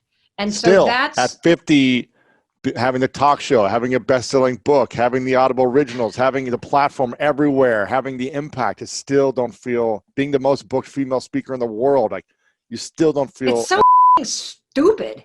It's annoying. And human beings are annoying. We are stuck with this wiring. Like if you think about it, like all of the crap you believe is probably a hangover from age 0 to 10. That as adults, we walk around thinking the same stuff we thought as kids. And I can't stand that I feel that way, but knowing it, it allows me to catch it before it stops me from having an event or writing that next book or taking a risk. What do you think the biggest fear is? Because you say not worthy or not feeling enough. Is that? I mean, it's just people liking me. I think like being a people pleaser. Yeah, we're so similar in every way. It's crazy. It's great. I want people to like me. What happens if they don't like you? It's lonely, dude. What happens if the problem 99%? What happens if 99% of people like you and 1% doesn't like you? Oh, I don't give a shit about that. Okay, but if it's like honestly, if it's 50-50. I think that the work that we all have to do, every single one of us, whether you bulldoze, whether you people please, whether you avoid conflict, whether you're impulsive, whether you yo-yo your decisions, whatever it is that is your pattern, you know, the constant trashing yourself. I think the journey of your whole life is figuring out how to truly like and love yourself. God, it's so true. I mean, I remember this was my whole life, was never loving myself and needing to go prove to others originally that I'm worthy. This was happening in sports and business until I started opening up and accepting myself and taking off the mask when I turned 30, talking about sexual abuse and just kind of saying, screw it. I don't care what people think about me anymore. This pain inside is hurting so much. It's not worth living with it. So I'm going to start sharing and allow myself to heal and allow myself to finally love myself. And it's so funny that we could just write a book with 2 words that says love yourself. And that's all the book needs to say, because a lot of us never remember to love ourselves, remember to acquire skills, which are important, remember to love other people, remind ourselves to take care of our health. But if we don't love ourselves internally, if we don't think we can give ourselves a hug because we're not deserving of it, then none of this stuff is going to matter to the point of we're always going to need to do more to feel something. Right. It's Well, crazy. nobody teaches you how to do it. And see, that's the thing. And you know, I mean, if you look at human development, we're the only species that literally can't survive without another human being taking care of you. And so we are biologically hardwired to bond with other people. And that is from the very beginning of when you come out, bonding with somebody else and making sure they pay attention to you is your survival imperative. So you are born needing somebody else. And I think what ends up happening is there's never that kind of clean break or pass off between needing your parents to take care of you, needing your friends' approval to fit in, to truly having ownership over giving yourself what you didn't get, giving yourself what you needed. And that's the piece that I've been doing a lot of during the great pause, is slowing down, because so much of my busyness was fueled by, praise me, love me. Am I doing enough? Please tell me I'm doing okay. Okay, I can breathe now. I'm okay now. And when I slow down, and maybe it's a function of the anxiety, that's when things get scary, because that's when you've really got to be with yourself. Mm-hmm. And so it's in getting off the road, slowing down, recognizing that I'm super grateful for all the opportunity. And I know the work that I'm doing makes a tremendous impact. And I particularly love hearing from mental health practitioners that the 5-second rule, I've heard from so many people in inpatient psychiatric wards, Lewis, that use the 5-second rule in the videos we put on YouTube in their group counseling sessions with people. And knowing that it is helping so many people, it is like the greatest gift on the planet to know that it's making a difference. But I know that in this next chapter that I consciously create, I want to have more fun.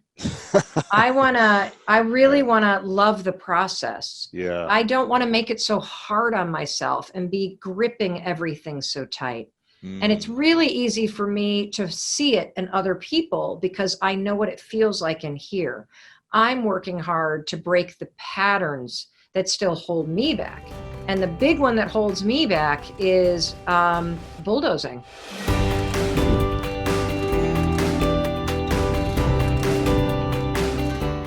We stumble before we walk, and then on shaky legs, we embrace the new habit. And that's the very nature of personal transformation. I mean, every master was once a beginner. Every professional was once an amateur. And so this idea that we need to be masters right out of the gate, that we need to, get up at 5 a.m. and instantly it should be easy. Well, falling like a great relationship isn't easy. Building a world-class business that stands the test of time isn't easy. Becoming a maestro or any kind of a virtuoso, it's always a process. I mean, I know you interviewed Kobe. Well, I think what made Kobe was his intense, rigorous practice over many, many years. Yeah. He just out-practiced everyone around him. And I think, we live in a world of easy. We want the easy morning routine versus the morning routine that'll give us the greatest payoff. And there's a reason, Lewis, that a lot of the great saints, sages, poets, military leaders, world changers got up at 5 a.m. and before the sun. I think it's the quietest time of the day. If you look at willpower researchers, we wake up with the most willpower when we first wake up. You have the most mental focus before the phenomena of attention residue takes over and cognitive bandwidth is high. And, it's been profound for me. How does someone be consistent in their discipline? When most people will say, I'm going to do this for 3 months or 6 months, but then interruption, COVID, I got sick, someone in the family needs me, and I'm up all night. And what's the difference between what Kobe did for 2 decades in the NBA, where he was disciplined?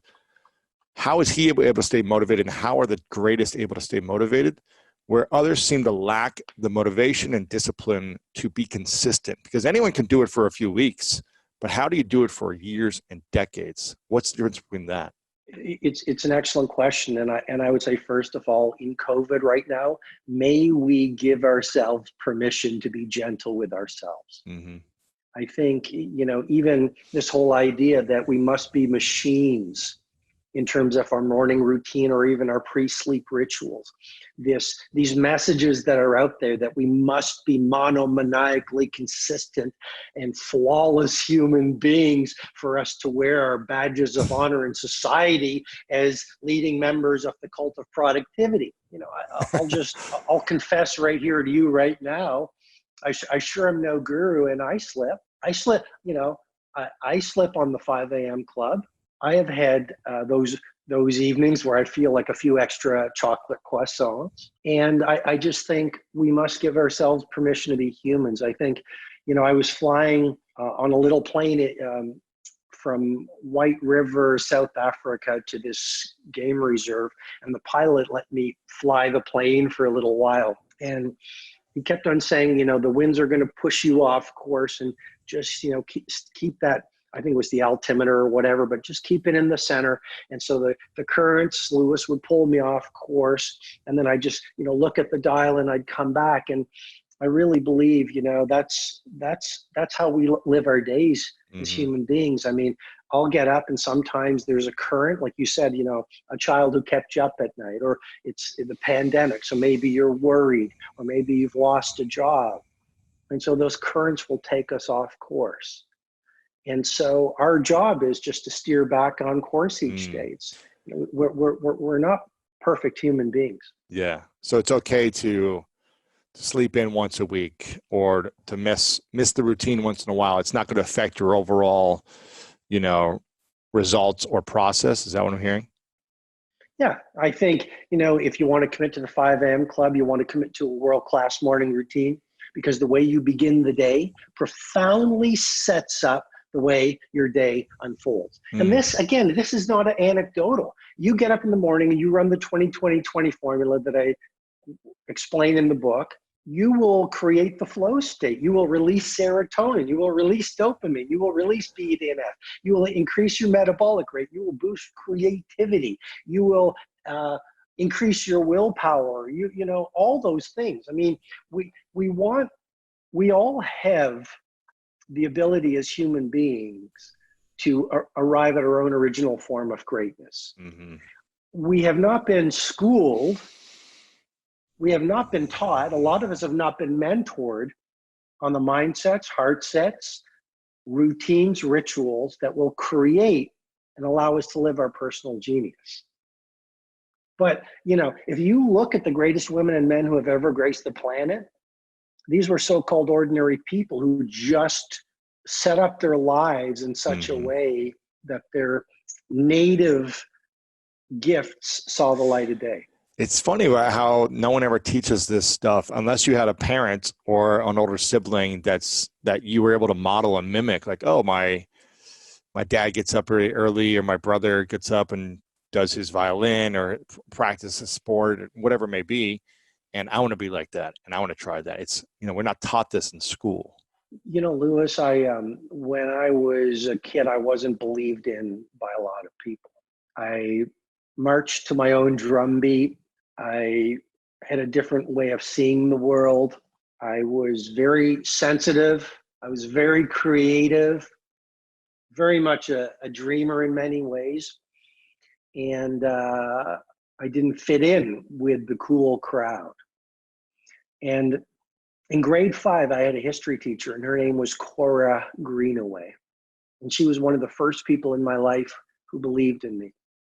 And we all need a Cora Greenaway. And may you and I and everyone listening from around the world or watching from around the world, may we be a Cora Greenaway to someone else. And what I'm suggesting is, all it takes is that one person who coincidentally shows up in our life. And maybe it's a book, maybe it's a podcast episode, to introduce us to a new frame of reference and a new way of living. It might even be, that's why I love reading so much. It could be one idea in a 300-page book, and that idea opens you up to a new galaxy of possibility. And the hand that puts down the book is a fundamentally different hand. I mean, all it takes is one new insight to change the way you see the world. That's very true. And so, yeah, and that's why I'm on such a mission, and I've been on such a mission for 24 years to remind people of who they're meant to be. Martin Luther King Jr. said, if you have not discovered something you're willing to die for, you're not fit to live. And I believe we all need to find our mighty mission and our crusade. It doesn't have to be lofty. It could be delivering pizza by Uber Eats. It could be a teacher. It could be a lawnmower. It could be a coder. It could be a grave digger or a street sweeper. All labor has dignity, but there are no extra people on the planet. And I think, that's why I appreciate the work you do so much. I mean, we do have greatness within us, and society has brainwashed us and heart washed us into thinking that the great ones are cut from a different cloth. And it's not true. As a matter of fact, in the 5am Club, I say, genius is less about genetics and much more about your daily habits. Wow, that's true. That resonates with me, because growing up a kid that was, dyslexic and still struggles with reading and writing today, and was in the special needs classes, I never thought I was going to amount to much. And I didn't have belief in myself until I found a spark and belief in myself. And then I started leaning into that gift, which was sports, and started to realize, oh, I have some vision, and I have some coordination, and I have some speed. Even though I was never the fastest or strongest, I had some height. And so let me lean into this gift that was here and see if I enjoy this gift, and see if I like this gift, and see if this brings me joy. And it did, and I continued. And then I built routines and habits around that gift and kept pursuing it until, as far as I could pursue it, until it was no longer a dream, or until the gift was no longer there. And so I wanted to pursue other things. And I think, even if whoever's listening or watching, even if you didn't think you were talented or smart enough at some point, there's something inside of you that is talent. You just got to keep trying things and see what brings you that joy and that uniqueness. At least that's what I would say. Well, just to hitchhike off of that, Lewis, I think no one will believe in you until you believe in you. Mm-hmm. And, as I'm writing this new book I'm writing, I've been looking at people like J.K. Rowling, for example. I mean, everyone laughed at Harry Potter, oh, no one will ever read this. And she believed in this character about a child wizard who had all of these adventures, and she was a single mother, and she was suffering, and she had no money, and she wrote the whole idea for the Harry Potter concept came to her on a delayed train ride. And then I believe in Edinburgh, she wrote the first Harry Potter, and it was rejected. And we all know this, but just a gentle, respectful, loving reminder for everyone who's tuning in here, which is every visionary is initially ridiculed before they're revered. And look at Jonas Salk. Look at Elon Musk right now. I mean, look at Shakespeare. Look at Oprah. Look at Martin Luther King Jr. Look at Nelson Mandela. Look at Marie Curie. Look at Edison and Einstein. Look at Galileo. These were all ordinary people who followed their joy, who came up with a vision. And the very nature of a great vision means you're going to disrupt the status quo.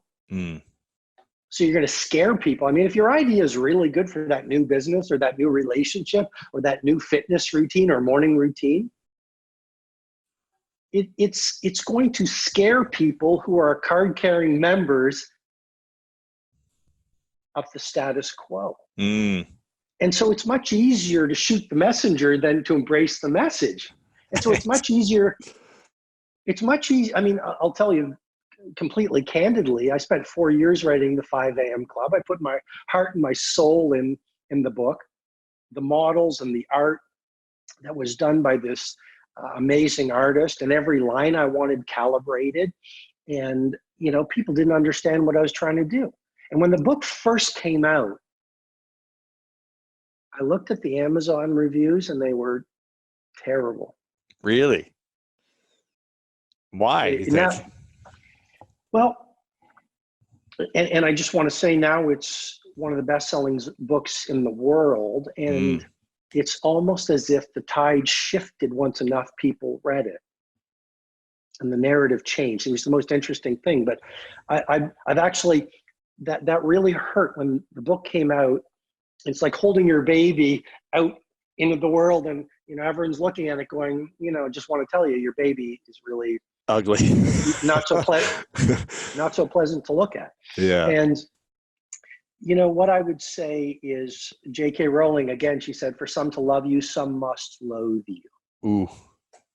I would say also, Bob Dylan, don't criticize what you don't understand. And so if you do anything that's disruptive, and also if you put out work that challenges people to leave their comfort zone, to wake up to their genius, if you challenge people to be more loving, to stand for love on a planet that has too much hate, if you challenge people to get up at 5 a.m. to spend 1 hour working on your mentality, purifying any toxicity within your heart set, upgrading your health and longevity, mining your spirituality in a world of selfies and dancing cat videos and a lot of superficiality and a culture of comparison. You're gonna, it's easier for people to shoot you down versus to embrace the message. Mm-hmm. When we're on unusual times right now, does the 5 a.m. routine and the 2020 shift? If things there's an excuse, I'm tired, and then there's a shift in the world. Does the 5 a.m. club shift at this time? Do people say, you know what, let me really take it easy for a few months? Or is that an excuse for too long to get back into your vision? I think that's a profound question, and I would say trust your instinct. There are times, for example, as an artist, when I'm writing and it's flowing and I just know this, trust your natural cycles, because your higher power, call it your instinct, call it your intuition, call it your artistry, knows what it's doing. So there are times to be productive and there are times to rest. Now, I very much believe in the 5 a.m. club and the 20-20-20 formula. I very much believe that it will create a pharmacy of mastery within your brain. It's been proven by science. Even just the simple idea of starting your day with some sweaty exercise. Why sweaty exercise? Is because when you sweat, it'll release the BDNF, which John Rady at Harvard calls miracle grow for the brain. But just that idea of exercising first thing in the morning will help you become more resilient, peaceful, strong during the day. So yes, do your morning routine. Yes, run the 20-20-20 formula, and then judge by results. Having said that, if you've been up at 3 a.m. because you've lost your job, because you're just picking up on the energy of the world right now where there's so much fear, you're dealing with COVID, or you have a family member you've lost as a result of the pandemic. Self-love, personal care requires that you rest, recover, and do what you need to do. And I think, that's one of the things, I say this with great respect, but when I read the books or see people saying you must be like a robot and follow a morning routine or a nightly ritual or whatever your best habits are, I believe there must be room for the hard seasons of life.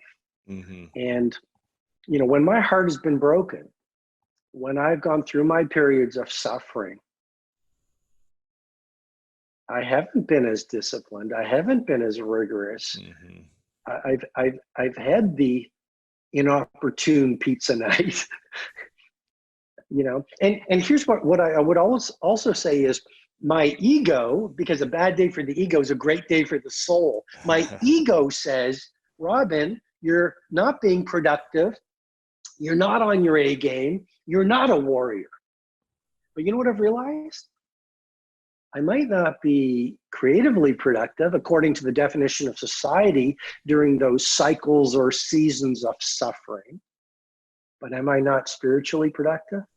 Am I not emotionally productive? I mean, when does a human being crack the shell of the ego that covers their hearts and learns the human virtues? I mean, Nelson Mandela learned how to be Nelson Mandela in his Robben Island season. Yeah. And so I think we learn honesty and compassion and vulnerability and creativity when things are falling apart, not when they're not in the seasons of sunshine. Yeah. And I look at life in terms of sports analogies. And so for me, there's 4 seasons in, I guess the seasons of the year, but then also in sports, there's really kind of 4 seasons as well. There's the preseason to prepare you for the season. And then there's the playoff season, which is where you're hustling, you're all in, you're only thinking about one thing and you're focused on that energy and you're not burning the candle on both ends, but you're all in on that thing and less on everything else. And then there's the postseason where, okay, the championship is done or that season is done. And now we have the postseason, the time to reflect, the time to reevaluate our goals, our life, what worked this last season, what didn't work. Do I need to tweak my routine? Do I need to, be in different relationships? Who do I need to bring into my circle? What do I need to eliminate in my circle? So I look at life in terms of, sports seasons, just because that's how I've lived my life. But I think if we can do that, then you're going to have time to rest and reflect, and you're going to have a balance in that kind of seasonal progression of life where it doesn't have to be robotic every single day, for 20 years or the rest of your life. So at least that's the way I look at it. I think rest is a secret weapon. There's a line in the 5am Club, which is rest is not a luxury, it's a necessity. Mm-hmm.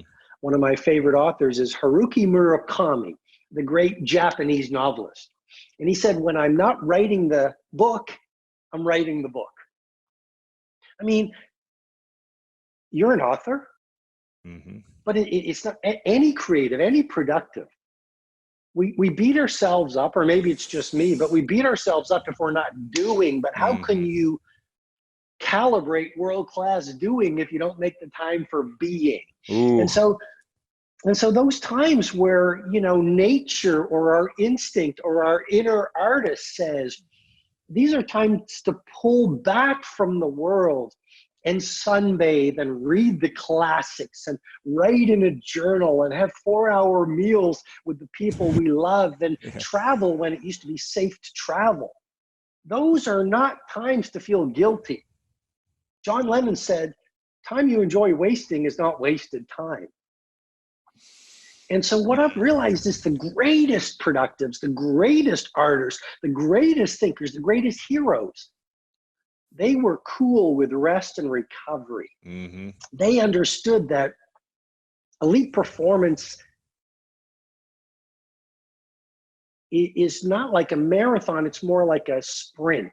And the Energy Project, to give credit where it's due, they've evangelized this, when they talk about energy.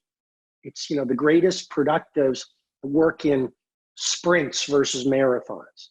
And so all I'm saying is, you're right. Like, life is a series of seasons, and enjoy the seasons. And that's what's going to actually allow you to play the game for a long time, but also do your greatest work. I mean, my instinct now is I'm about 3 weeks away from submitting this manuscript on the new book. And my instinct is get into another book. And this morning I realized I'm going to take next year. I'm going to have great conversations. I'm going to travel. Hopefully it'll be safe to travel. I'm going to enjoy the fruits of my labor and enjoy life. And that's going to be incubation for the next book after this.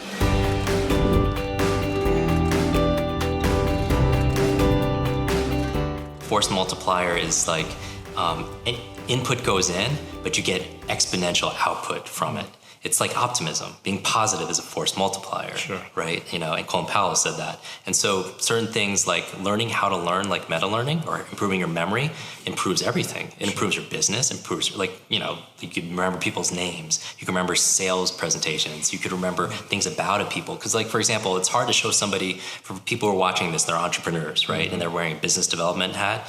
You know, it's really hard to show someone you're going to care for their business, their future, their family, their health, their fitness, whatever you're selling them, if you don't care enough just to remember things like their name, you know, or their kid's name or their birthdays. That's so true. You know, so that's a memory is a multiplier there. A memory is a multiplier in their relationships. You know, like relationships, just remembering those moments. You know, like, you know, not even just remembering anniversaries, remembering to take out the garbage, that kind of stuff, but remembering, you know, the first time you and your loved one, you know, took that walk on that beach. You know what I mean? Those kind of moments that make everything worthwhile. Yeah. But it's wonderful for every area. So I do believe that two of the most costly words in business, for example, are I forgot.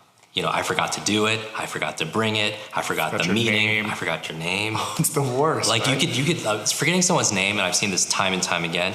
It could hurt a relationship. It could kill deals. I've had people call someone by the wrong name, and they've lost multiple $1 million deals just on that. I've had people email me and use a different name in my email. Right. And it's frustrating. I'm just like, if you're trying to reach out to me and you use Mark because you weren't even paying attention, you weren't being present, it leaves a bad taste in people's mouths. You know, I know I'm not perfect. I've forgotten people's names, and I've probably said the wrong name at times. So, you know, what are some things people can do to remember names? Yeah. Okay. So there are 3 keys for improving your memory. 3 keys, right? So if you're ever forgetting something, you forget things, you feel absent-minded, like senior moments are coming a little bit early. You're in the shower, you can't remember if you shampooed your hair. You know, so you end up doing it twice. You misplaced your wallet, your phone, your keys, or your car. You know, you see the people like, where did I park my car? Yeah. You know, these kind of things. And they waste a lot of time, too. And they take away, you know, all the treasures. And I don't mean just financial treasures. I mean just the important things, you know, in our life. But there's 3 keys. And remember MOM, M-O-M. Always remember MOM. So if you're ever forgetting something, usually one of those 3 things are missing. All right, so let's take names. Because when people say, I want a better memory, I hear them say, like, oh, I want to be better at sports, you know, because you're such an athlete. Sure. But it's like somebody comes to you like, well, what sport specifically do you want to be better at? Because there are different techniques and different training for different things. So remembering names, different than learning languages, different PIN numbers and passcodes and all the different things you need to remember. So everything's different. Everything's different. Okay. And so, but there's certain principles that are the same. Okay. So the M in MOM is this. Let's say someone has horrible with names, right? But let's say that there's a suitcase of $100,000 cash. If you just remember the name of the next stranger you meet, how many people are going to remember that person's name?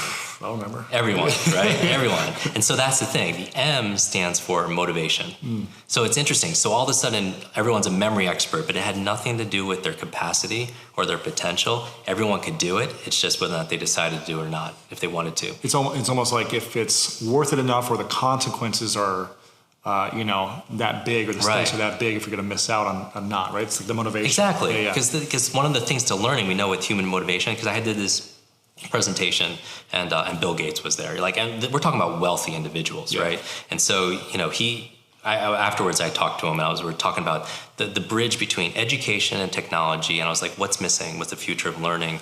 And he was like, Jim, you know, the key is human motivation, really understanding what drives people. And I was like, wow, you know, that's really right. Because you know this, people could go out there and they could buy courses, you know, but a lot of people never open it. Exactly, because it has everything to do with drive and reasons. Because motivation is like, you know, like, what is your motive for acting? Sure. Right? What's the fuel? And I believe there's a success formula called H cubed, that it goes from your head to your heart to your hands. That people could visualize and affirm and see things here all the time and think about it. But if they're not acting with their hands, you know, actually doing something about it, then usually what's missing is the second H, which is the heart, the emotion, the energy of motion. I had a martial arts instructor tell me years ago, you can't steer a parked car. You know, you need fuel. You know, where's the energy that's going to do that? And so what's people's mode of action? So simple. When people are remembering people's names, ask yourself, why do you want to remember this person's name? Because reasons reap results. I've always found that in life. Wow. Reasons reap results, because you need a big enough why. Sure. You know, like Simon Sinek's book, you know, start with why. Yep. And so you want to get that drive first, right? So motivation. The O is something interesting. You know, I have people do this. I have them just kind of shake out their hand like this, and I say, make a fist, and I say, put it to their chin, And then I go like this, and everyone puts it here, but I said chin, and this is the difference. The O stands for observation. Okay. And I find that a lot of people blame their memory issues, and they think it's like a retention issue, but I find it's really a attention issue. Okay. It's an attention Being issue. present, you mean? Or It is. That's a big part of it. It's like, let's say everyone uses a search engine like Google every single day, but a lot of people, they use it 10 times a day. If I ask them, are you willing to bet your life you know what colors the letters are? Because that's an observation. Sure. There's a difference between looking at something and seeing it, really seeing it. There's a difference between hearing something and really listening. Like leaders, like for example, I had this whole escapade with the X-Men, which was insane. But I had to leave the set because I had to go to a charity event. And one of the people that I think leaders, independent of your political bent, who has an incredible memory is President Clinton. Every single time I've met President Clinton, he's remembered my name. No way. He does. And how many people does he says, "Hey Clinton, Jim, good to see you"? How many people does Clinton meet on a regular basis, right? A lot. And so that's a leadership skill, though, right? And so FDR was incredible with names. Also, he would walk around the White House and point people out and say hi to them, saying hi to their spouse and using by name. I mean, that's because think about the sweetest sound to a person's ears, right? Their name. It's their name, Yeah. right? And so anyway, I asked him what's memory trick he uses. He uses no memory tricks at all. And he tells me this, this amazing story. To build. Yes. And so he tells me this incredible story about how, his grandfather, in Arkansas, would get all the kids around and tell stories to them, but then he would quiz them. They would really need to listen and be present. And it's funny because I noticed that, Bill Clinton is, regardless of how you feel politically, incredible communicator, incredible charisma, incredible connector, right? And he also, this memory, I find, he has this incredible presence, this powerful presence, but I find that his powerful presence and his memory comes from being powerfully present. His powerful presence comes from being powerfully present. And cool. Here's the thing, when people are networking, because I know a lot of people, they're entrepreneurs, they're social entrepreneurs, and millennials, and they're going out there and meeting people, because really it's what you know and it's who you know. But that's all memory. What you know, a lot of people go to a seminar, 2 days later, they'll forget everything, right? 80%, there's a big forgetting curve, but also who you know and who knows you. Right? But what the challenge is they'll be networking, and how many times do you find yourself talking to somebody and then looking over their shoulder? I hate that. Yeah. I hate when people do that to me, though. It's like annoying. Because you're distracting yourself all the time. Or if you're not distracting yourself externally, you're like talking to yourself. What am I going to say next? Exactly. Right. So the people aren't even listening. Now, this is so key. When people are communicating, most of the times you find that they're not even really listening. What they are is they're thinking about how they're going to respond. Right, yeah. And if you look at the word listen and you scramble the letters, it becomes the word silent. No. Yeah, isn't that crazy? If people would just do that. And we're talking about really fundamental things. That's one of the reasons, I love your podcast, is because some of these basics, those are the biggest things that move the needle. I mean, just understanding why you want to remember something and being present and paying attention and being silent and really listening. I mean, that's not magic, but that's just like going to the gym. Right. I mean, think about the fundamentals. We're talking about exercise. We're talking about sleep. We're talking about, a good diet. Yeah. That's Basics. 80. Yeah, and the mindset, that's 95% of it right there. Yeah, that's incredible. And then finally, the third M is mechanics. Okay. For mom. So M is motivation, the O is observation, and then the final M is mechanics. And these are not the person that's going to fix your car, but this is the tips, the techniques, the hacks, if you will, the strategies on how to learn a language, how to speed read, how to remember that person's name, how to give a speech without notes. Right. But the M and the O, motivation, observation. So what's the mechanics then for, say I'm going to an event and there's 10 people that someone's introduced me to, and I'm shaking their hand. We've all done this before. It's like, hi. What's the mechanics to remember? I mean, we've all had the experience. So relationships, it's all proximity and it's all who you know, right? Yeah. And who knows you back, Yeah. right? And one of the most standout skills that I know of is walking into a room, meeting 20 strangers, and leaving saying goodbye to every single one of them with their name. Can you do that? Because who are they all going to remember when you walk out of the room? That's a standout skill. That's a skill. That's the thing because when you remember people's name, they feel like that you care. Because what's the opposite? If you forget someone's name, how do they feel? Don't care. That you don't care, that they're not important. And, this is what I've been, thinking my whole life, because I've never felt like I've had the book smarts. Yeah. But I felt like I've cared more than, 99% of people. Yeah. And I feel like that's what's been able to get me to where I want to be, by showing people how big my heart is, as opposed to how much I know. Yes. And I think could be the most powerful thing, is like remembering and just being connected to people as opposed to telling them what you know. And that's huge too, because a lot of people, a lot of traditional networking or business advice will be like, oh, you have to, when you're going to people, tell them all these amazing stories and really be interesting to them. I think there's a difference between interesting and interested. You know what I mean? When you meet somebody, being interesting and talk about, oh, I can do this, and then also being sincerely interested people love in the other person. When they get to share and you listen. Yes. When you just allow people to share their story and what they're excited about, and you remember their name, you don't even have to say anything, and they feel like you're the best person in the world. Completely. Right? Yeah, the late Stephen Covey, who I had an opportunity to spend a good amount of time with and share stage with, he has that, seek first to understand, then to be understood. I mean, that's huge. That's huge. This is what you want to do. Every time you want to go, you go to a wedding, you go to a conference, you go to a networking event, 7 tips. You don't even have to use all 7. Just any part of this will be better than nothing. Okay. Right? I want you to remember, be suave. Be suave, like you are. That's how I live my life. I know. This is you, man.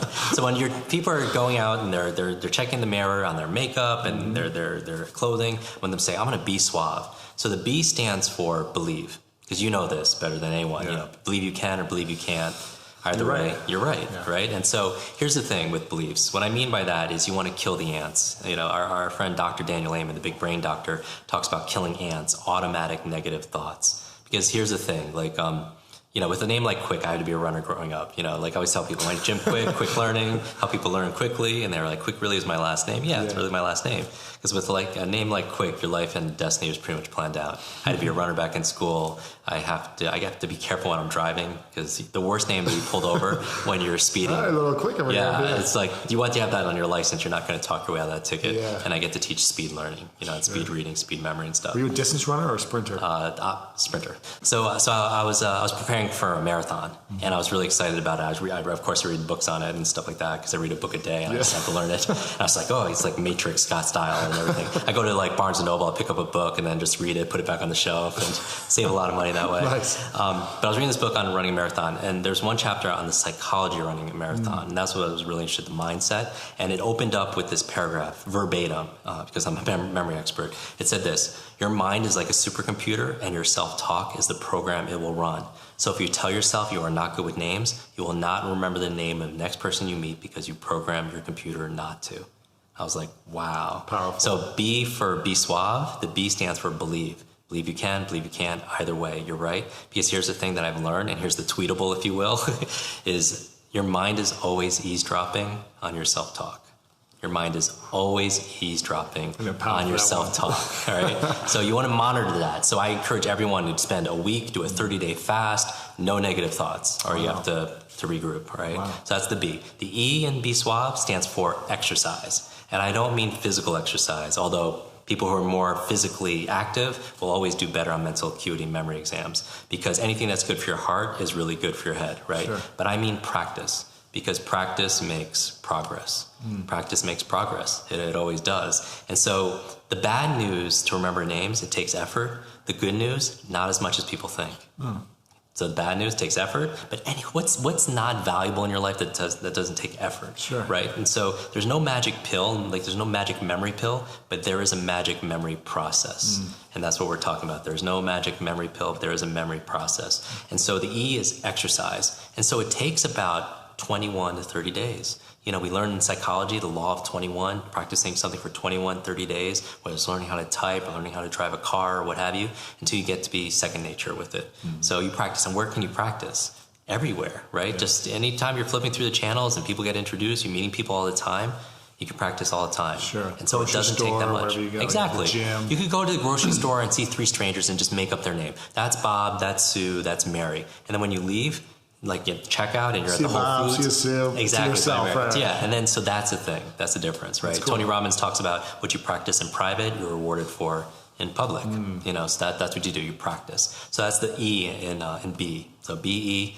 So B is believe, E is exercise. Now the suave is the actual mechanics. All right. So the S in suave, when you're meeting this person for the first time, the S is you say the name.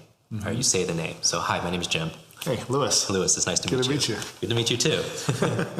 Man, if I was any better, my name would be Lewis Howe. That's my pseudonym. So I'll say the name right away, and just by hearing the name again helps me. So now I heard it twice, one from you, one from me. All of a sudden, I'm going to remember it better. My retention is going to go up. I also want to say it because I want to make sure, going back to mom, the O, I want to make sure I observed it correctly. Sure. Because sometimes you're networking, a lot of things going on. You meet someone named Ted. You say goodbye, Ed. Better to get corrected up front than later on. Right. So you say the name. The U in swaps means use it. You want to use the name. Very simple, right? You want to use it, not abuse it. But just, because Lewis, thanks for coming. Lewis, what do you want to talk about? Lewis, this is what then it gets creepy. Right, like, that's like a Seinfeld episode. Right? It's like salesy. Exactly. It's try hard, and it's like a Seinfeld episode where, like the close talker, or there was actually a Seinfeld episode. I haven't thought about this in years. Wasn't there a Seinfeld episode, like a rerun you might have seen, that he was dating somebody and was intimate with her, but he actually forgot her name. And every single time she would leave, he'd try to go into her purse and get her driver's license and meet Kramer and try to get the name to come out. But here's the thing: it rhymed with a part of the female anatomy, and that was the famous episode. If you remember, if people watching this remember what that is. So you want to make sure that you use it 3 or 4 times in the conversation. Sure. The A stands for ask, and this is a really big one. Ask, because what's everyone's favorite subject? It's like, it's not travel, it's not entrepreneurship, it's not even, it's not shopping, it's themselves, right? Sure. And you ever meet somebody and their name is a little different than you're used to, like you've never heard that name before? Probably 80% of the people you meet, Lewis and Jim, they're pretty common names. But sometimes you meet someone named Afzal or Ridiger or Isis or what have you. Then you ask about a person's name. And what can you ask about a person's name? You could ask, like, how do you spell it? What does it mean? What does it mean? What does it stand for? Who you're named after? Are you related to this person? All these questions. And, for the most part, everyone gets very complimented because a name, again, is the sweetest sound to a person's ears. Right? And think about why, though, like the psychology of it. A child, what's one of the first words they learn how to write? Their name, and how much, exactly, and how much love were they given when they did it right? And all that emotion tied into, like, because I think, one of the challenges people have, like one of the biggest fears people have is not being good enough. That we're not good enough. And if we're not good enough, we're not going to be loved. And if we're not going to be loved, we're going to die or something, Right. And so, but that name is like our identity, right? So you always want to be able to refer that. So you ask about a person's name and they're complimented. So like, for example, I was speaking at the country's largest life insurance company, about 100 people in the room, training director was there, and her name was Nankita. And I was like, wow, that's a really beautiful name, sincerely, right? Yeah. And so I was like, how's it spelled? Where is it from? I said, what does it mean? And she paused and she looked at all our coworkers. And she says it means graceful falling waters. And I was like, whoa. And I got like chills. And then, like half the audience was like making these sounds. And it made me just spontaneously ask, how long have you worked here? She was like, about 4 years. I was like, with all these people? She was like, yeah. Like a lot of people are my good friends or at my wedding. It's like, that's nice. How many people in this room knew that's what her name meant? And out of 100 people, how many people raised their hand? 0. None. Wow. None. And that was one of my biggest clients because this person was a training director. Sure. And so brought me into but that name was a bond, right? So that was sincere interest. So you ask about a person's name. Okay. And then finally, the V and the E in SWAB. The V is visualize. And this is a really simple memory tip where we tend to remember more what we see than what we hear, right? You go to somebody, it's like their face. I remember your face, but I forgot your name. You never go to someone and say, hey, I remember your name, but I forgot your face. That wouldn't make any sense, right? So you remember what you see. In fact, there's a Chinese proverb that goes, what I hear, I forget. What I see, I remember. And what I do, I understand. What I hear, I forget. I heard the name, I forgot the name. What I see, I remember. I saw the face, I remember the face. What I do, going back to exercise and practice, I understand, right? Wow. And so if you tend to remember what you see, then try seeing what you want to remember. So this is the trick that you meet somebody, you take their name and you turn it into a picture. So let's say you meet someone named Mike, and then for a split second, you imagine them taking a microphone and singing karaoke on the tabletop, right? You meet someone named Carol, and you imagine she's singing Christmas carols, right? You meet someone named Mary, and imagine she's carrying these little lambs, around. And you do this in the privacy of your own mind, right? And people say, well, that's so childish. Who are the fastest learners on the planet? Children. How fast can they learn a musical instrument compared to how fast can they learn languages like that, right? So children, they do that. They're playful. They make fun of people's names, right? They could, kids could be in therapy for 10 years because their name was being fun of and they don't even know, right? So that's what you want to do. You want to take someone's name, turn it into a picture. So a person's name is David. I use a slingshot. for David and Goliath. You know, someone named Bob, I imagine them bobbing for apples. Just something very, see, because here's the thing. There's something I call the 6-second syndrome. The 6-second syndrome is someone tells you their name, you have 6 seconds to do something with that, otherwise it's gone. It's gone. That's it. And if you don't practice it daily, right, you're going to lose it and you're just going to forget Exactly. And so here, at least you're focusing on the person and you're focusing on the name. So a person's name is John, you could picture whatever.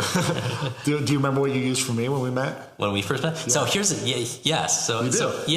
So everybody has their own thing. Like, it's so funny because like I use, okay, so you come up with a picture that works for yourself. So when we met, I actually it's a slinky, and I don't ask why, because it doesn't sound like it or anything like that. But one of my best friends growing up as a kid was Lewis. Okay. And all he would do is play with this slinky, like this little toy, this iron, all the time. So I just think about him every single time I think about that. So when I saw that, I just picture it and I just remember. Now, after you remember the person, then the pictures just disappear. But you need something just to hold it for 6 seconds, and then you have it, right? And it's using, the other part of the reason why it works is that left part of your brain does logic and words and sounds. And we'll talk about this with speed reading.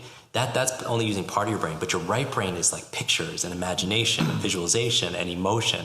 That's activating more of your brain. People say we use like 10% of our brain's potential. We use all our brain, but in terms of its potential, but no one shows us how to activate the rest of it. But part of it's just using your imagination, because imagination is more powerful than knowledge. Wow. Yeah, Einstein said that. And so you want to turn it into a picture. And finally, E in suave stands for end. And that's going back to saying goodbye using their name. Going to a room, meeting 10 strangers, leaving, saying goodbye to every single one so that they all remember you. Okay, let me see if I can remember this, because I was trying to be present, but also remember. So, be suave. The B stands for belief. E, exercise. Exercise. Practice. S is say it. Say it. What's high suave? U is use it. Use the name. A is ask about the name. Ask about the name. V is visualize, and E is end. Nice. Yeah, man. Dude. I'm picking it up as we go. Very cool. And this is, so what I'm saying is when people they experience this and they practice this, you'll see a big lift. And that's what I love about it. And then all of a sudden, once you have that competence, it increases your confidence. Yeah. You show up differently when you're out there with other people. Yeah. You probably don't have to use every one of them for each person. You can just say, I'm going to say it a few times. Maybe just say it and visualize it, and then you're done. Yeah. So cool. any part of it is better than most people, which is nothing. Because if I say, you tell me your name is Jim, I'm not going to say, that's an interesting name. Right. Exactly. Tell me more about who called you that. But if you just imagine like me doing something funny with my, like barbells or whatever, like the magic of Jim or whatever. Yeah. And if people are motivated, they're asking why they want to remember a person's name. Right. Like I would ask myself for motivation, why do I want to remember this person's name? Maybe it's because I want to get some business, or I want to show this person respect, or maybe I just want to practice these tips that I learned, on this podcast. What are some daily habits or rituals that you have to just sharpen your mind every single day that others can apply? Okay. So I think here's the thing when it comes to your memory. 2/3 of it is so people are concerned that they're growing older, but I could say you can improve your memory regardless of your age, your background, your career, your diet, your level of education, your financial situation, your gender, your health situation, your IQ, anything. It can be improved. Here's the thing. 1/3 of your memory is predetermined by biology and genetics, but that's so exciting because that means 2/3, the majority of it, twice as much, is completely in your control. That's cool. And so the things that move the needle, for example, are like 10 things that I'm thinking about that's going to move the needle completely of that 2/3. So it's a good diet, right? So a good diet, because you are what you eat. Right, and so there's certain brain foods that we know is good for your is good for your mind. Dr. Amen talked about that as well. A lot of that. Everything from blueberries to walnuts and everything. Right. So there's good diet. And number 2, killing ants. Killing the automatic negative thoughts, which is a big for a lot of people. Remember, your mind is always eavesdropping on your self-talk, and it's a practice, right? So you want to be able to eliminate the negative talk. And you can't just eliminate something, you have to replace it with something else. Something positive, right? Exactly. You can't just stop smoking, you have to start doing something else. So because here's the thing that you want to avoid. A lot of people start taking pride in how bad certain things are in their life. It gives them significance. Very much so. You nailed it. People start getting pride because my memory is so bad. If I don't write my grocery list in triplicates, I won't remember it. And like, oh, you think you're forgetful? This is how forgetful I am. Right. Or this is how bad. And people also have this with busyness. It is so bad nowadays. Everybody has to be busy because that means, oh, that person must be so important, right? And so that we got to get off that cult of being busy. That's like, congratulations for being the most busy person. Right, exactly. Right? Like not everybody has things to do. Exactly. But if people start getting pride, they start designing their life around being busy, and they wonder why they're all stressed out all the time. So automatic negative thoughts, kill those ants. Number 3, that's good that you have to do daily is exercise, right? Because your body and your brain, it's connected. And there's actually certain exercises you could do to build your brain power. So for example, juggling, extremely good for your brain. It's been shown in Oxford last year, there was a study saying that jugglers actually have bigger brains. You could actually build more white matter. It's also a great tip for speed reading because as you're juggling 3 balls, your eyes, you only have 2 of them. You can't focus on all 3. So you have to soften your gaze and take in more, like your peripheral vision, and trains you that way. So you can actually take in more words as you're reading. But it actually builds more white matter as you're doing it. There's certain exercises also we teach people. This is a field called educational kinesiology, where certain body movements actually helps build your brain power, which is these cross laterals and these kind of fun things. Even something simple like, like we're always on the computer all the time. So it's really important to kind of keep your hands and your fingers kind of stretched. But, can you do one twice as fast? Like literally like this. Oh, that's interesting. Something like that, 3 or times something fast, like, right? Or like you pulling in energy like this, but what if you had to do 1 forward and 1 back? But there's been so many exercises for people, like eating with the opposite hand is actually good for your brain. Or brushing your teeth with the opposite hand. Very, very good exercise to actually build your brain power. So exercise is really good. But I mean, just being physically fit is good for your brain, right? It's good for staving off a lot of brain challenges. Okay, 4th thing that people need to incorporate is brain nutrients. Because a lot of people, they're not getting it from their soil or maybe their food, so maybe a supplement in certain things, right?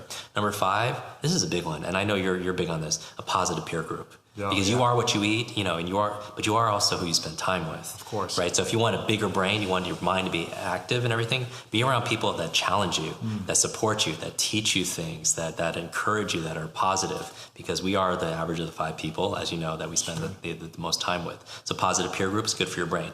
Number 6 that's good for your brain is clean environment. They find that, and you know this, like when people start cleaning their desk, that their external world starts reflecting their internal world and vice versa. Right, so a clean environment helps you be more organized inside also as well. Number 7 that's good for your brain in terms of lifestyle, what I do every single day, is things like sleep. Sleep is so important. People, that's where you're rebuilding, you're rejuvenating, you're restoring. But there's this whole epidemic of sleeplessness and people aren't getting enough sleep. And as I'm going through this list, people should go through it. And this is common sense, but not common practice. That's the difference, right? People's like there's some zones here that people like, I'm not spending time with the right people, or maybe, I'm really not getting that much sleep, or maybe my diet, or my negative self-talk. There's 1 or 2 things that if you fix it and you put energy there, it'll just, your business could double. Because you're doubling. No, that's number 7. Number 8 is brain protection. So important to protect your brain because, people who are accident prone or they're doing like a lot of extreme sports, they're active. You want to make sure you wear helmets and just, because your brain is resilient, but it's, this controls everything. If you smash it, you're done. My father 10 years ago got in a car accident and he's still recovering. He's not the same person. He can't work anymore. He forgets a lot. It's a challenge. And see, that's why I do what I do, because I never want people to suffer the way that I was struggling every single day for like 15 years straight. And just because it reflects on, when I was in that hospital bed going through all that, and then it was so funny, like not funny as in haha funny, but when this young lady who read the 30 books in 30 days and saved her mother's life, she gave me one of those books, and inside the book was this photograph. And she was using it as a bookmark, and it was her mother in the hospital. And it reminded me when I was in the hospital. And so, take care of your brain. Number 9 is new learnings. Learn something new every single day. Never let your head hit that pillow being the same as it was when I woke up, ever. Right? So listen to podcasts. Listening to podcasts, Talks, reading. Exactly. Watch your TED Talks. Take an online course or anything new learnings. Because here's the thing. We've learned more about your brain in the past 20 years than the previous 2,000 years. And, according to science, neurogenesis, that your brain can create new brain cells even as it grows older. And neuroplasticity is saying you can make your brain's like plastic. It's so malleable that just having a new thought creates more connections. And so Einstein's brain wasn't any bigger than anybody else's, but he had more connections than most people in certain areas. And those connections come from new learnings. And that's all learning is connecting something you don't know to something you know. And making new connections like that. So always new learnings and always challenge yourself. And that's probably the most out of it. And then finally, number 10, what I try to practice every single day is stress management. You know, so if you want to know what the biggest obstacle is for people's brains is stress. Stress creates cortisol, adrenaline in your body, and it's really good for fight or flight. It's not really good if you need to take a test. It's not really good if you need to study. It's not really if you have to read reports and journals and learn something brand new or learn a language. Because that'll shut down parts of your brain. Wow. So those are the 10 things that I focus on every single day. Before we continue this video, make sure to subscribe below and turn on the notification bell right now so you don't miss out on these great videos every single day.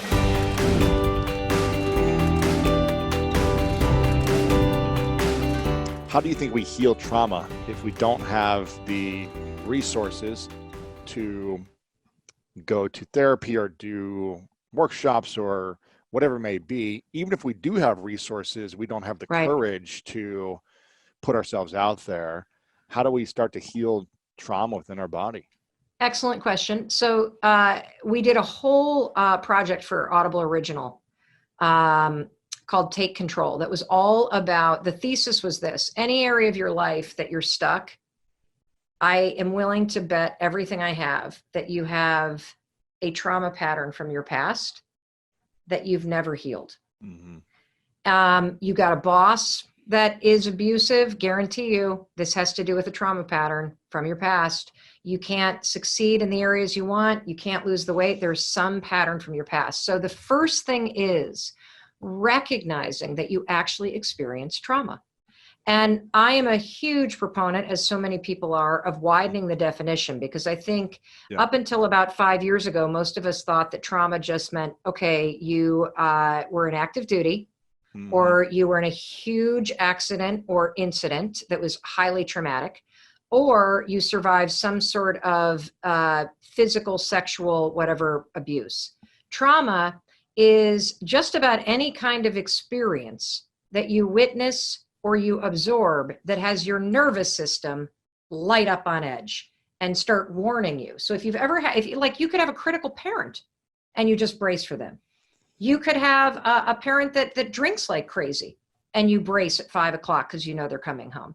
You could have been abandoned by a parent, or have a parent that was mentally ill, or have a parent that was so on your ass because they wanted you to be a pro football player. And so you were constantly on edge. It's when your nervous system fires up to a state of alert that now gets programmed into your body as a response.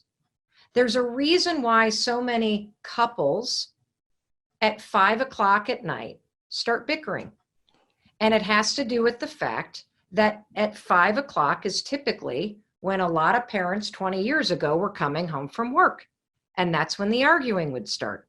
And so what happens when you witness that or you feel it is, as a kid, you're now in a state where you're on edge. Wow. I see you rocking in your chair. Wow, that's crazy. Well, I mean, I just remember, it's funny, there's a lot of good things that usually happen to our childhood, but we just seem to remember a lot of the bad stuff. And it's because it's, why, right? Because it's trauma, just like in your nervous system, I guess. And also your mind is wired in a way to prioritize the negative as a means to keep your ass safe, to protect you from not experiencing it. Correct. Which is why you got to work on your positive mindset, because your mind defaults to negative. So you got to build up the programming to positive. Exactly. This isn't just woo woo. This is actually science. People. I know. So I remember, the memories of the past. I always have to remind myself of all the positive stuff that, my parents did all the time and what they were going through and giving them grace and all these different things.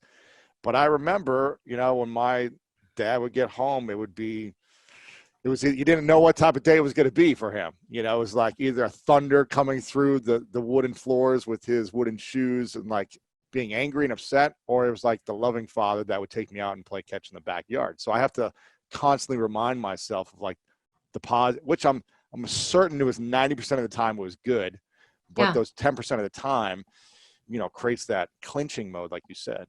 Well, let me explain what happens. So there's a really interesting concept called ghosts in the nursery.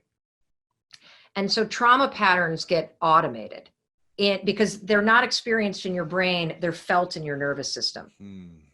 And so it's why you can have a pattern from your past, but be completely unaware that it's running your life right now, because it's stored not in your conscious thought, but in your nervous system. And you feel it in your body before it even gets into your head. And so there's this concept called ghosts in the nursery, which basically means there's all kinds of that goes on when you're little that you may or may not remember in your mind, but your body remembers it. So for example, if you had parents that were just stressed out and they come home and they've been busy and you're sitting there playing on the floor and there's toys everywhere, and mom or dad's reaction to a mess is to scream, that creates this kind of thing in your nervous system. Now, you may not remember that episode that happened on May 17th, 1972, but your nervous system remembers what it's like. So fast forward, you're now 51 years old and you walk in the house and there's a mess everywhere. And even though you have said, I'm not going to bulldoze and yell at anybody, my body recognizes the situation. So what do? You repeat the pattern you saw. And so what I'm working on right now is a pattern that is encoded in my nervous system. I was trying to create a video 2 days ago for Share the Mic now. Trying to create a video, and I'm like doing take after take because I want to get it right. And my daughter comes waltzing into the room and was like, how long are you going to be doing this? And I was like, can't you see that I'm working? I literally like screamed at her.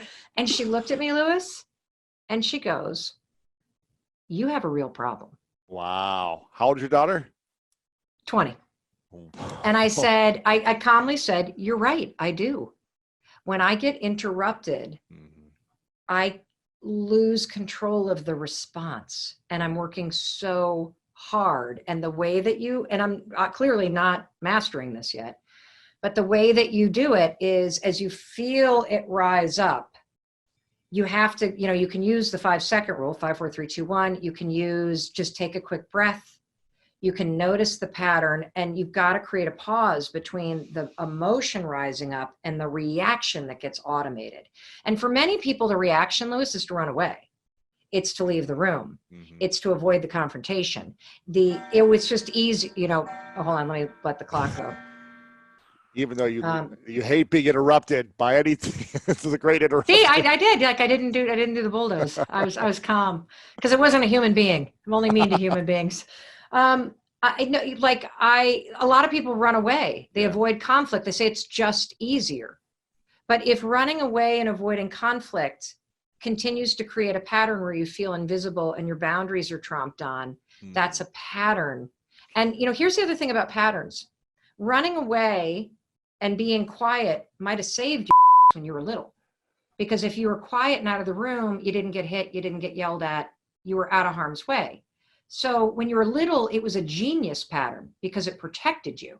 But the issue for adults is that, again, we walk around with the patterns that we created when we were 8 years old in different situations than we are in now. And now we are completely a robot to these patterns. I love that you had a great tweet the other day about boundaries, because as individuals, both of us who try to help people break boundaries, try to break their mindset that's holding them back, try to get them to become greater than their past, all these different things.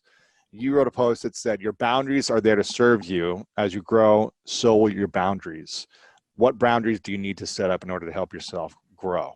Why are boundaries important when we also have the mindset of like, you should be breaking your boundaries all the time?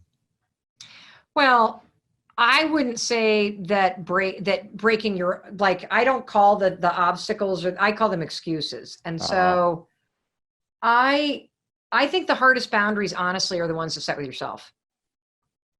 To not drink during the week, to not tolerate the bulldozing and immediately apologize and try to do better, to not waste hours on social media, like all the things the small promises you need to make in order to create boundaries with your old patterns and your excuses.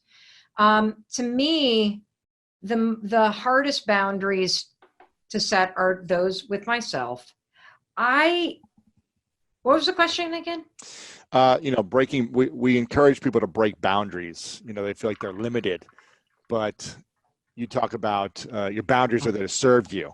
So obviously it's a different type of boundary, but you know, you Yeah. say, So here's the thing. what boundaries do you need to help yourself to protect Right. yourself, and which ones do you need to grow past that are holding you back?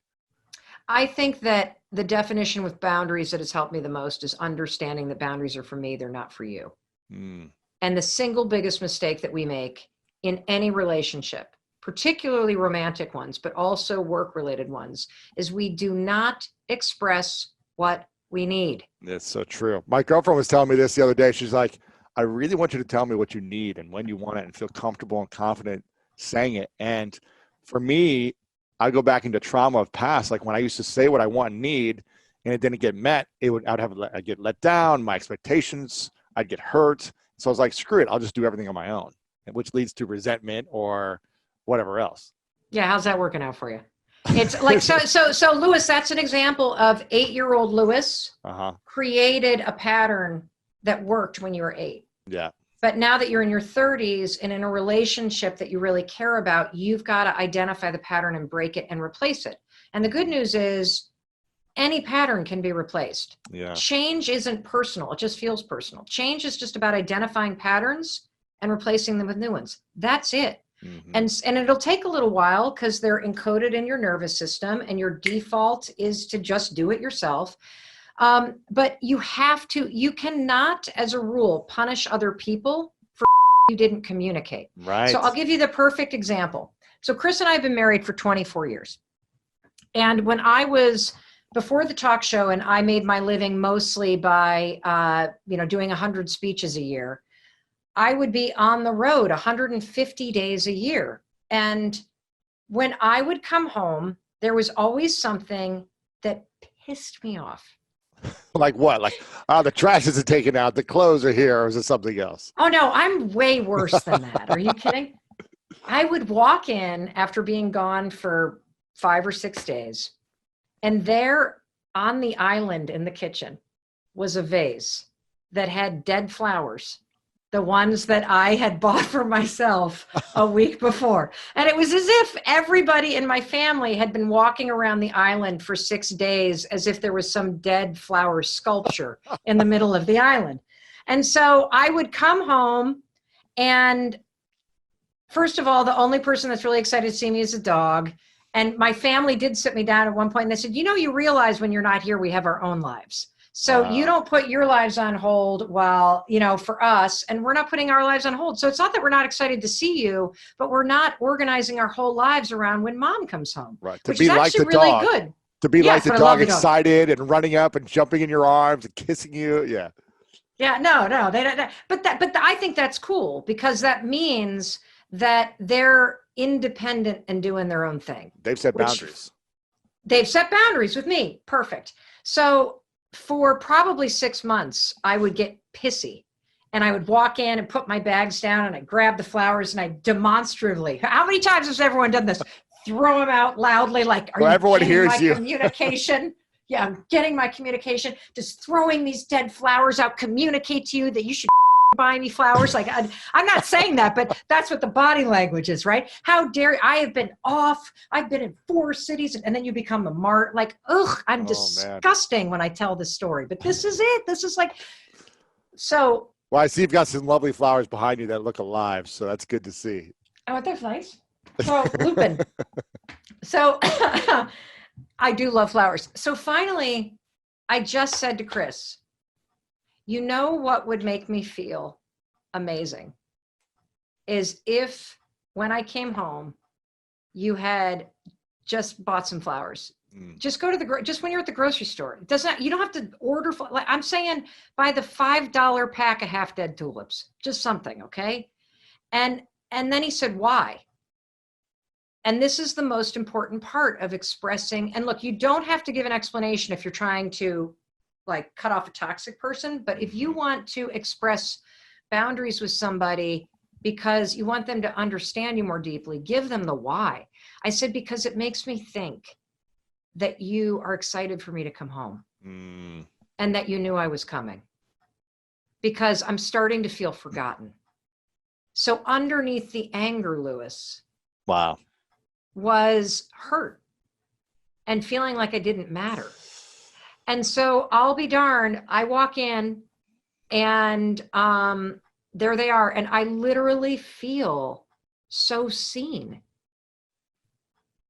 And, you know, the other thing to do is, and like another thing for us too, is like Chris and I learned on my talk show, because Chris was on it, and we did a show all about men and what men think and the secrets they keep. Oh, and wow. I learned for the first time that my husband prefers to have sex in the morning. I think a lot of men do.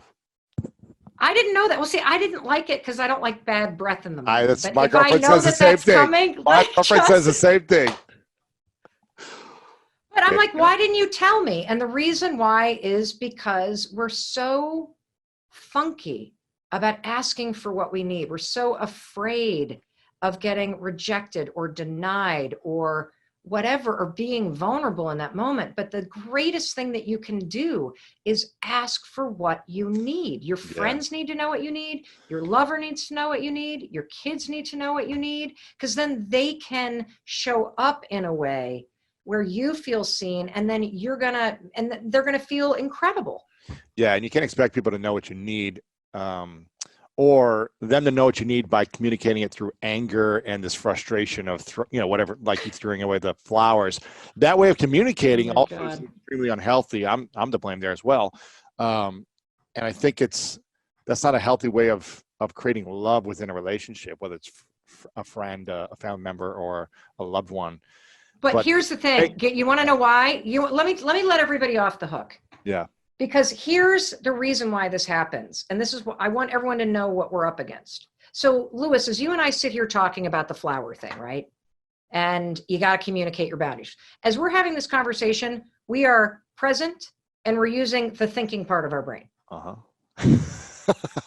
When I walk into the kitchen, I am not thinking.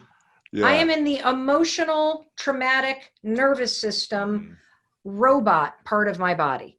And that's where your feelings and your triggers take over. Yeah. And if you can start to identify the bulldozing, the anger, all that stuff, you will literally change your whole life by just changing one or two patterns. The other thing, and you asked me about the talk show. The single greatest gift of the talk show content-wise is something called the word wheel. So I don't have it right here, but if you Google word wheel or wheel of emotions, you will find that if you ask somebody, name as many emotions as you can. Most people can name 3: happy, sad, angry. There's literally like 113 of them. From disgusted to hopeless to, and if you start with a core, this thing allows you to start with a core emotion and go out. Because back to the flower example, I was expressing anger. That's not what I was feeling. I was feeling invisible and forgotten. And so the word wheel is something that we used several times a week to help people go from the thing that they are expressing to communicating what you're feeling, which is a lot like the work that you wrote about in your book around wearing masks. Getting to the root of the core emotion you're feeling but not expressing. And that gets back to the pause thing. What have I seen? That I am busy. That I am so. Have you ever wanted something so bad that you become paralyzed? Yeah. I so want to end the mental pain and suffering that people feel. I so want to help people heal their minds and to have the power to create a better future. And I get so overwhelmed by how much I want to see that happen in the world, that sometimes I become paralyzed. And what happens for me a lot of the time is I feel insignificant in my ability to move the needle on that. Yeah, because there's billions of people who are struggling. Yeah. And it's like, what do you do to make the maximum use of your time, to make the maximum impact, and to also create resources to create more impact? I get that. I yell at my husband to buy me flowers. That's what I do. I get the feeling. Is this wheel of emotions? Is this something you created, or is this something out there? No, it's in the public domain. Wow, that's cool. I've never heard of that. That's really cool.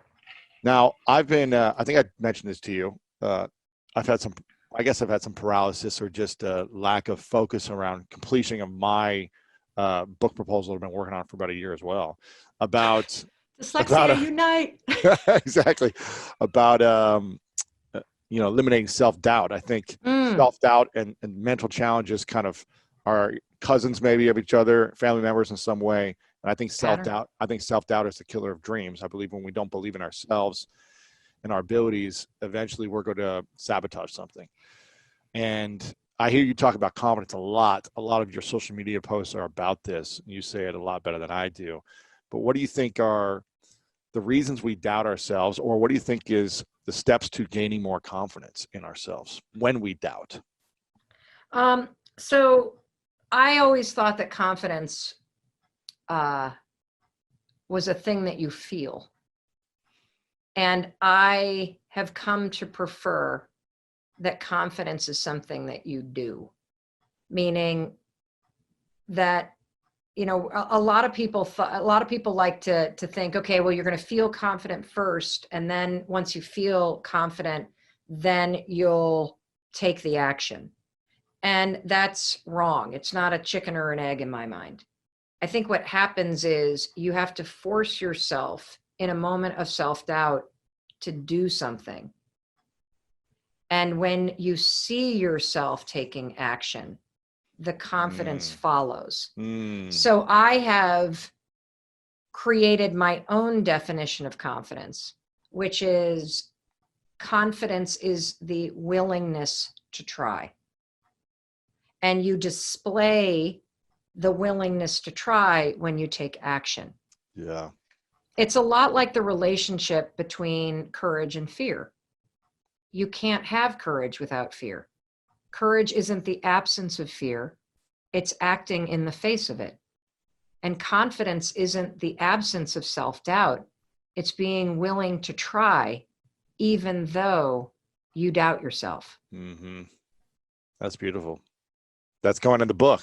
I'm quoting you in the book. Make it, baby. Make it your own. I love that. That's powerful. Yeah. And I think, I'm sure we're very similar in the sense that we do a lot and we build confidence because we would take action. You in law school and public defending and all these different things you've done, which like, okay, I'm afraid, but let me go do it. And now, okay, I'm getting better. Now I feel more confident.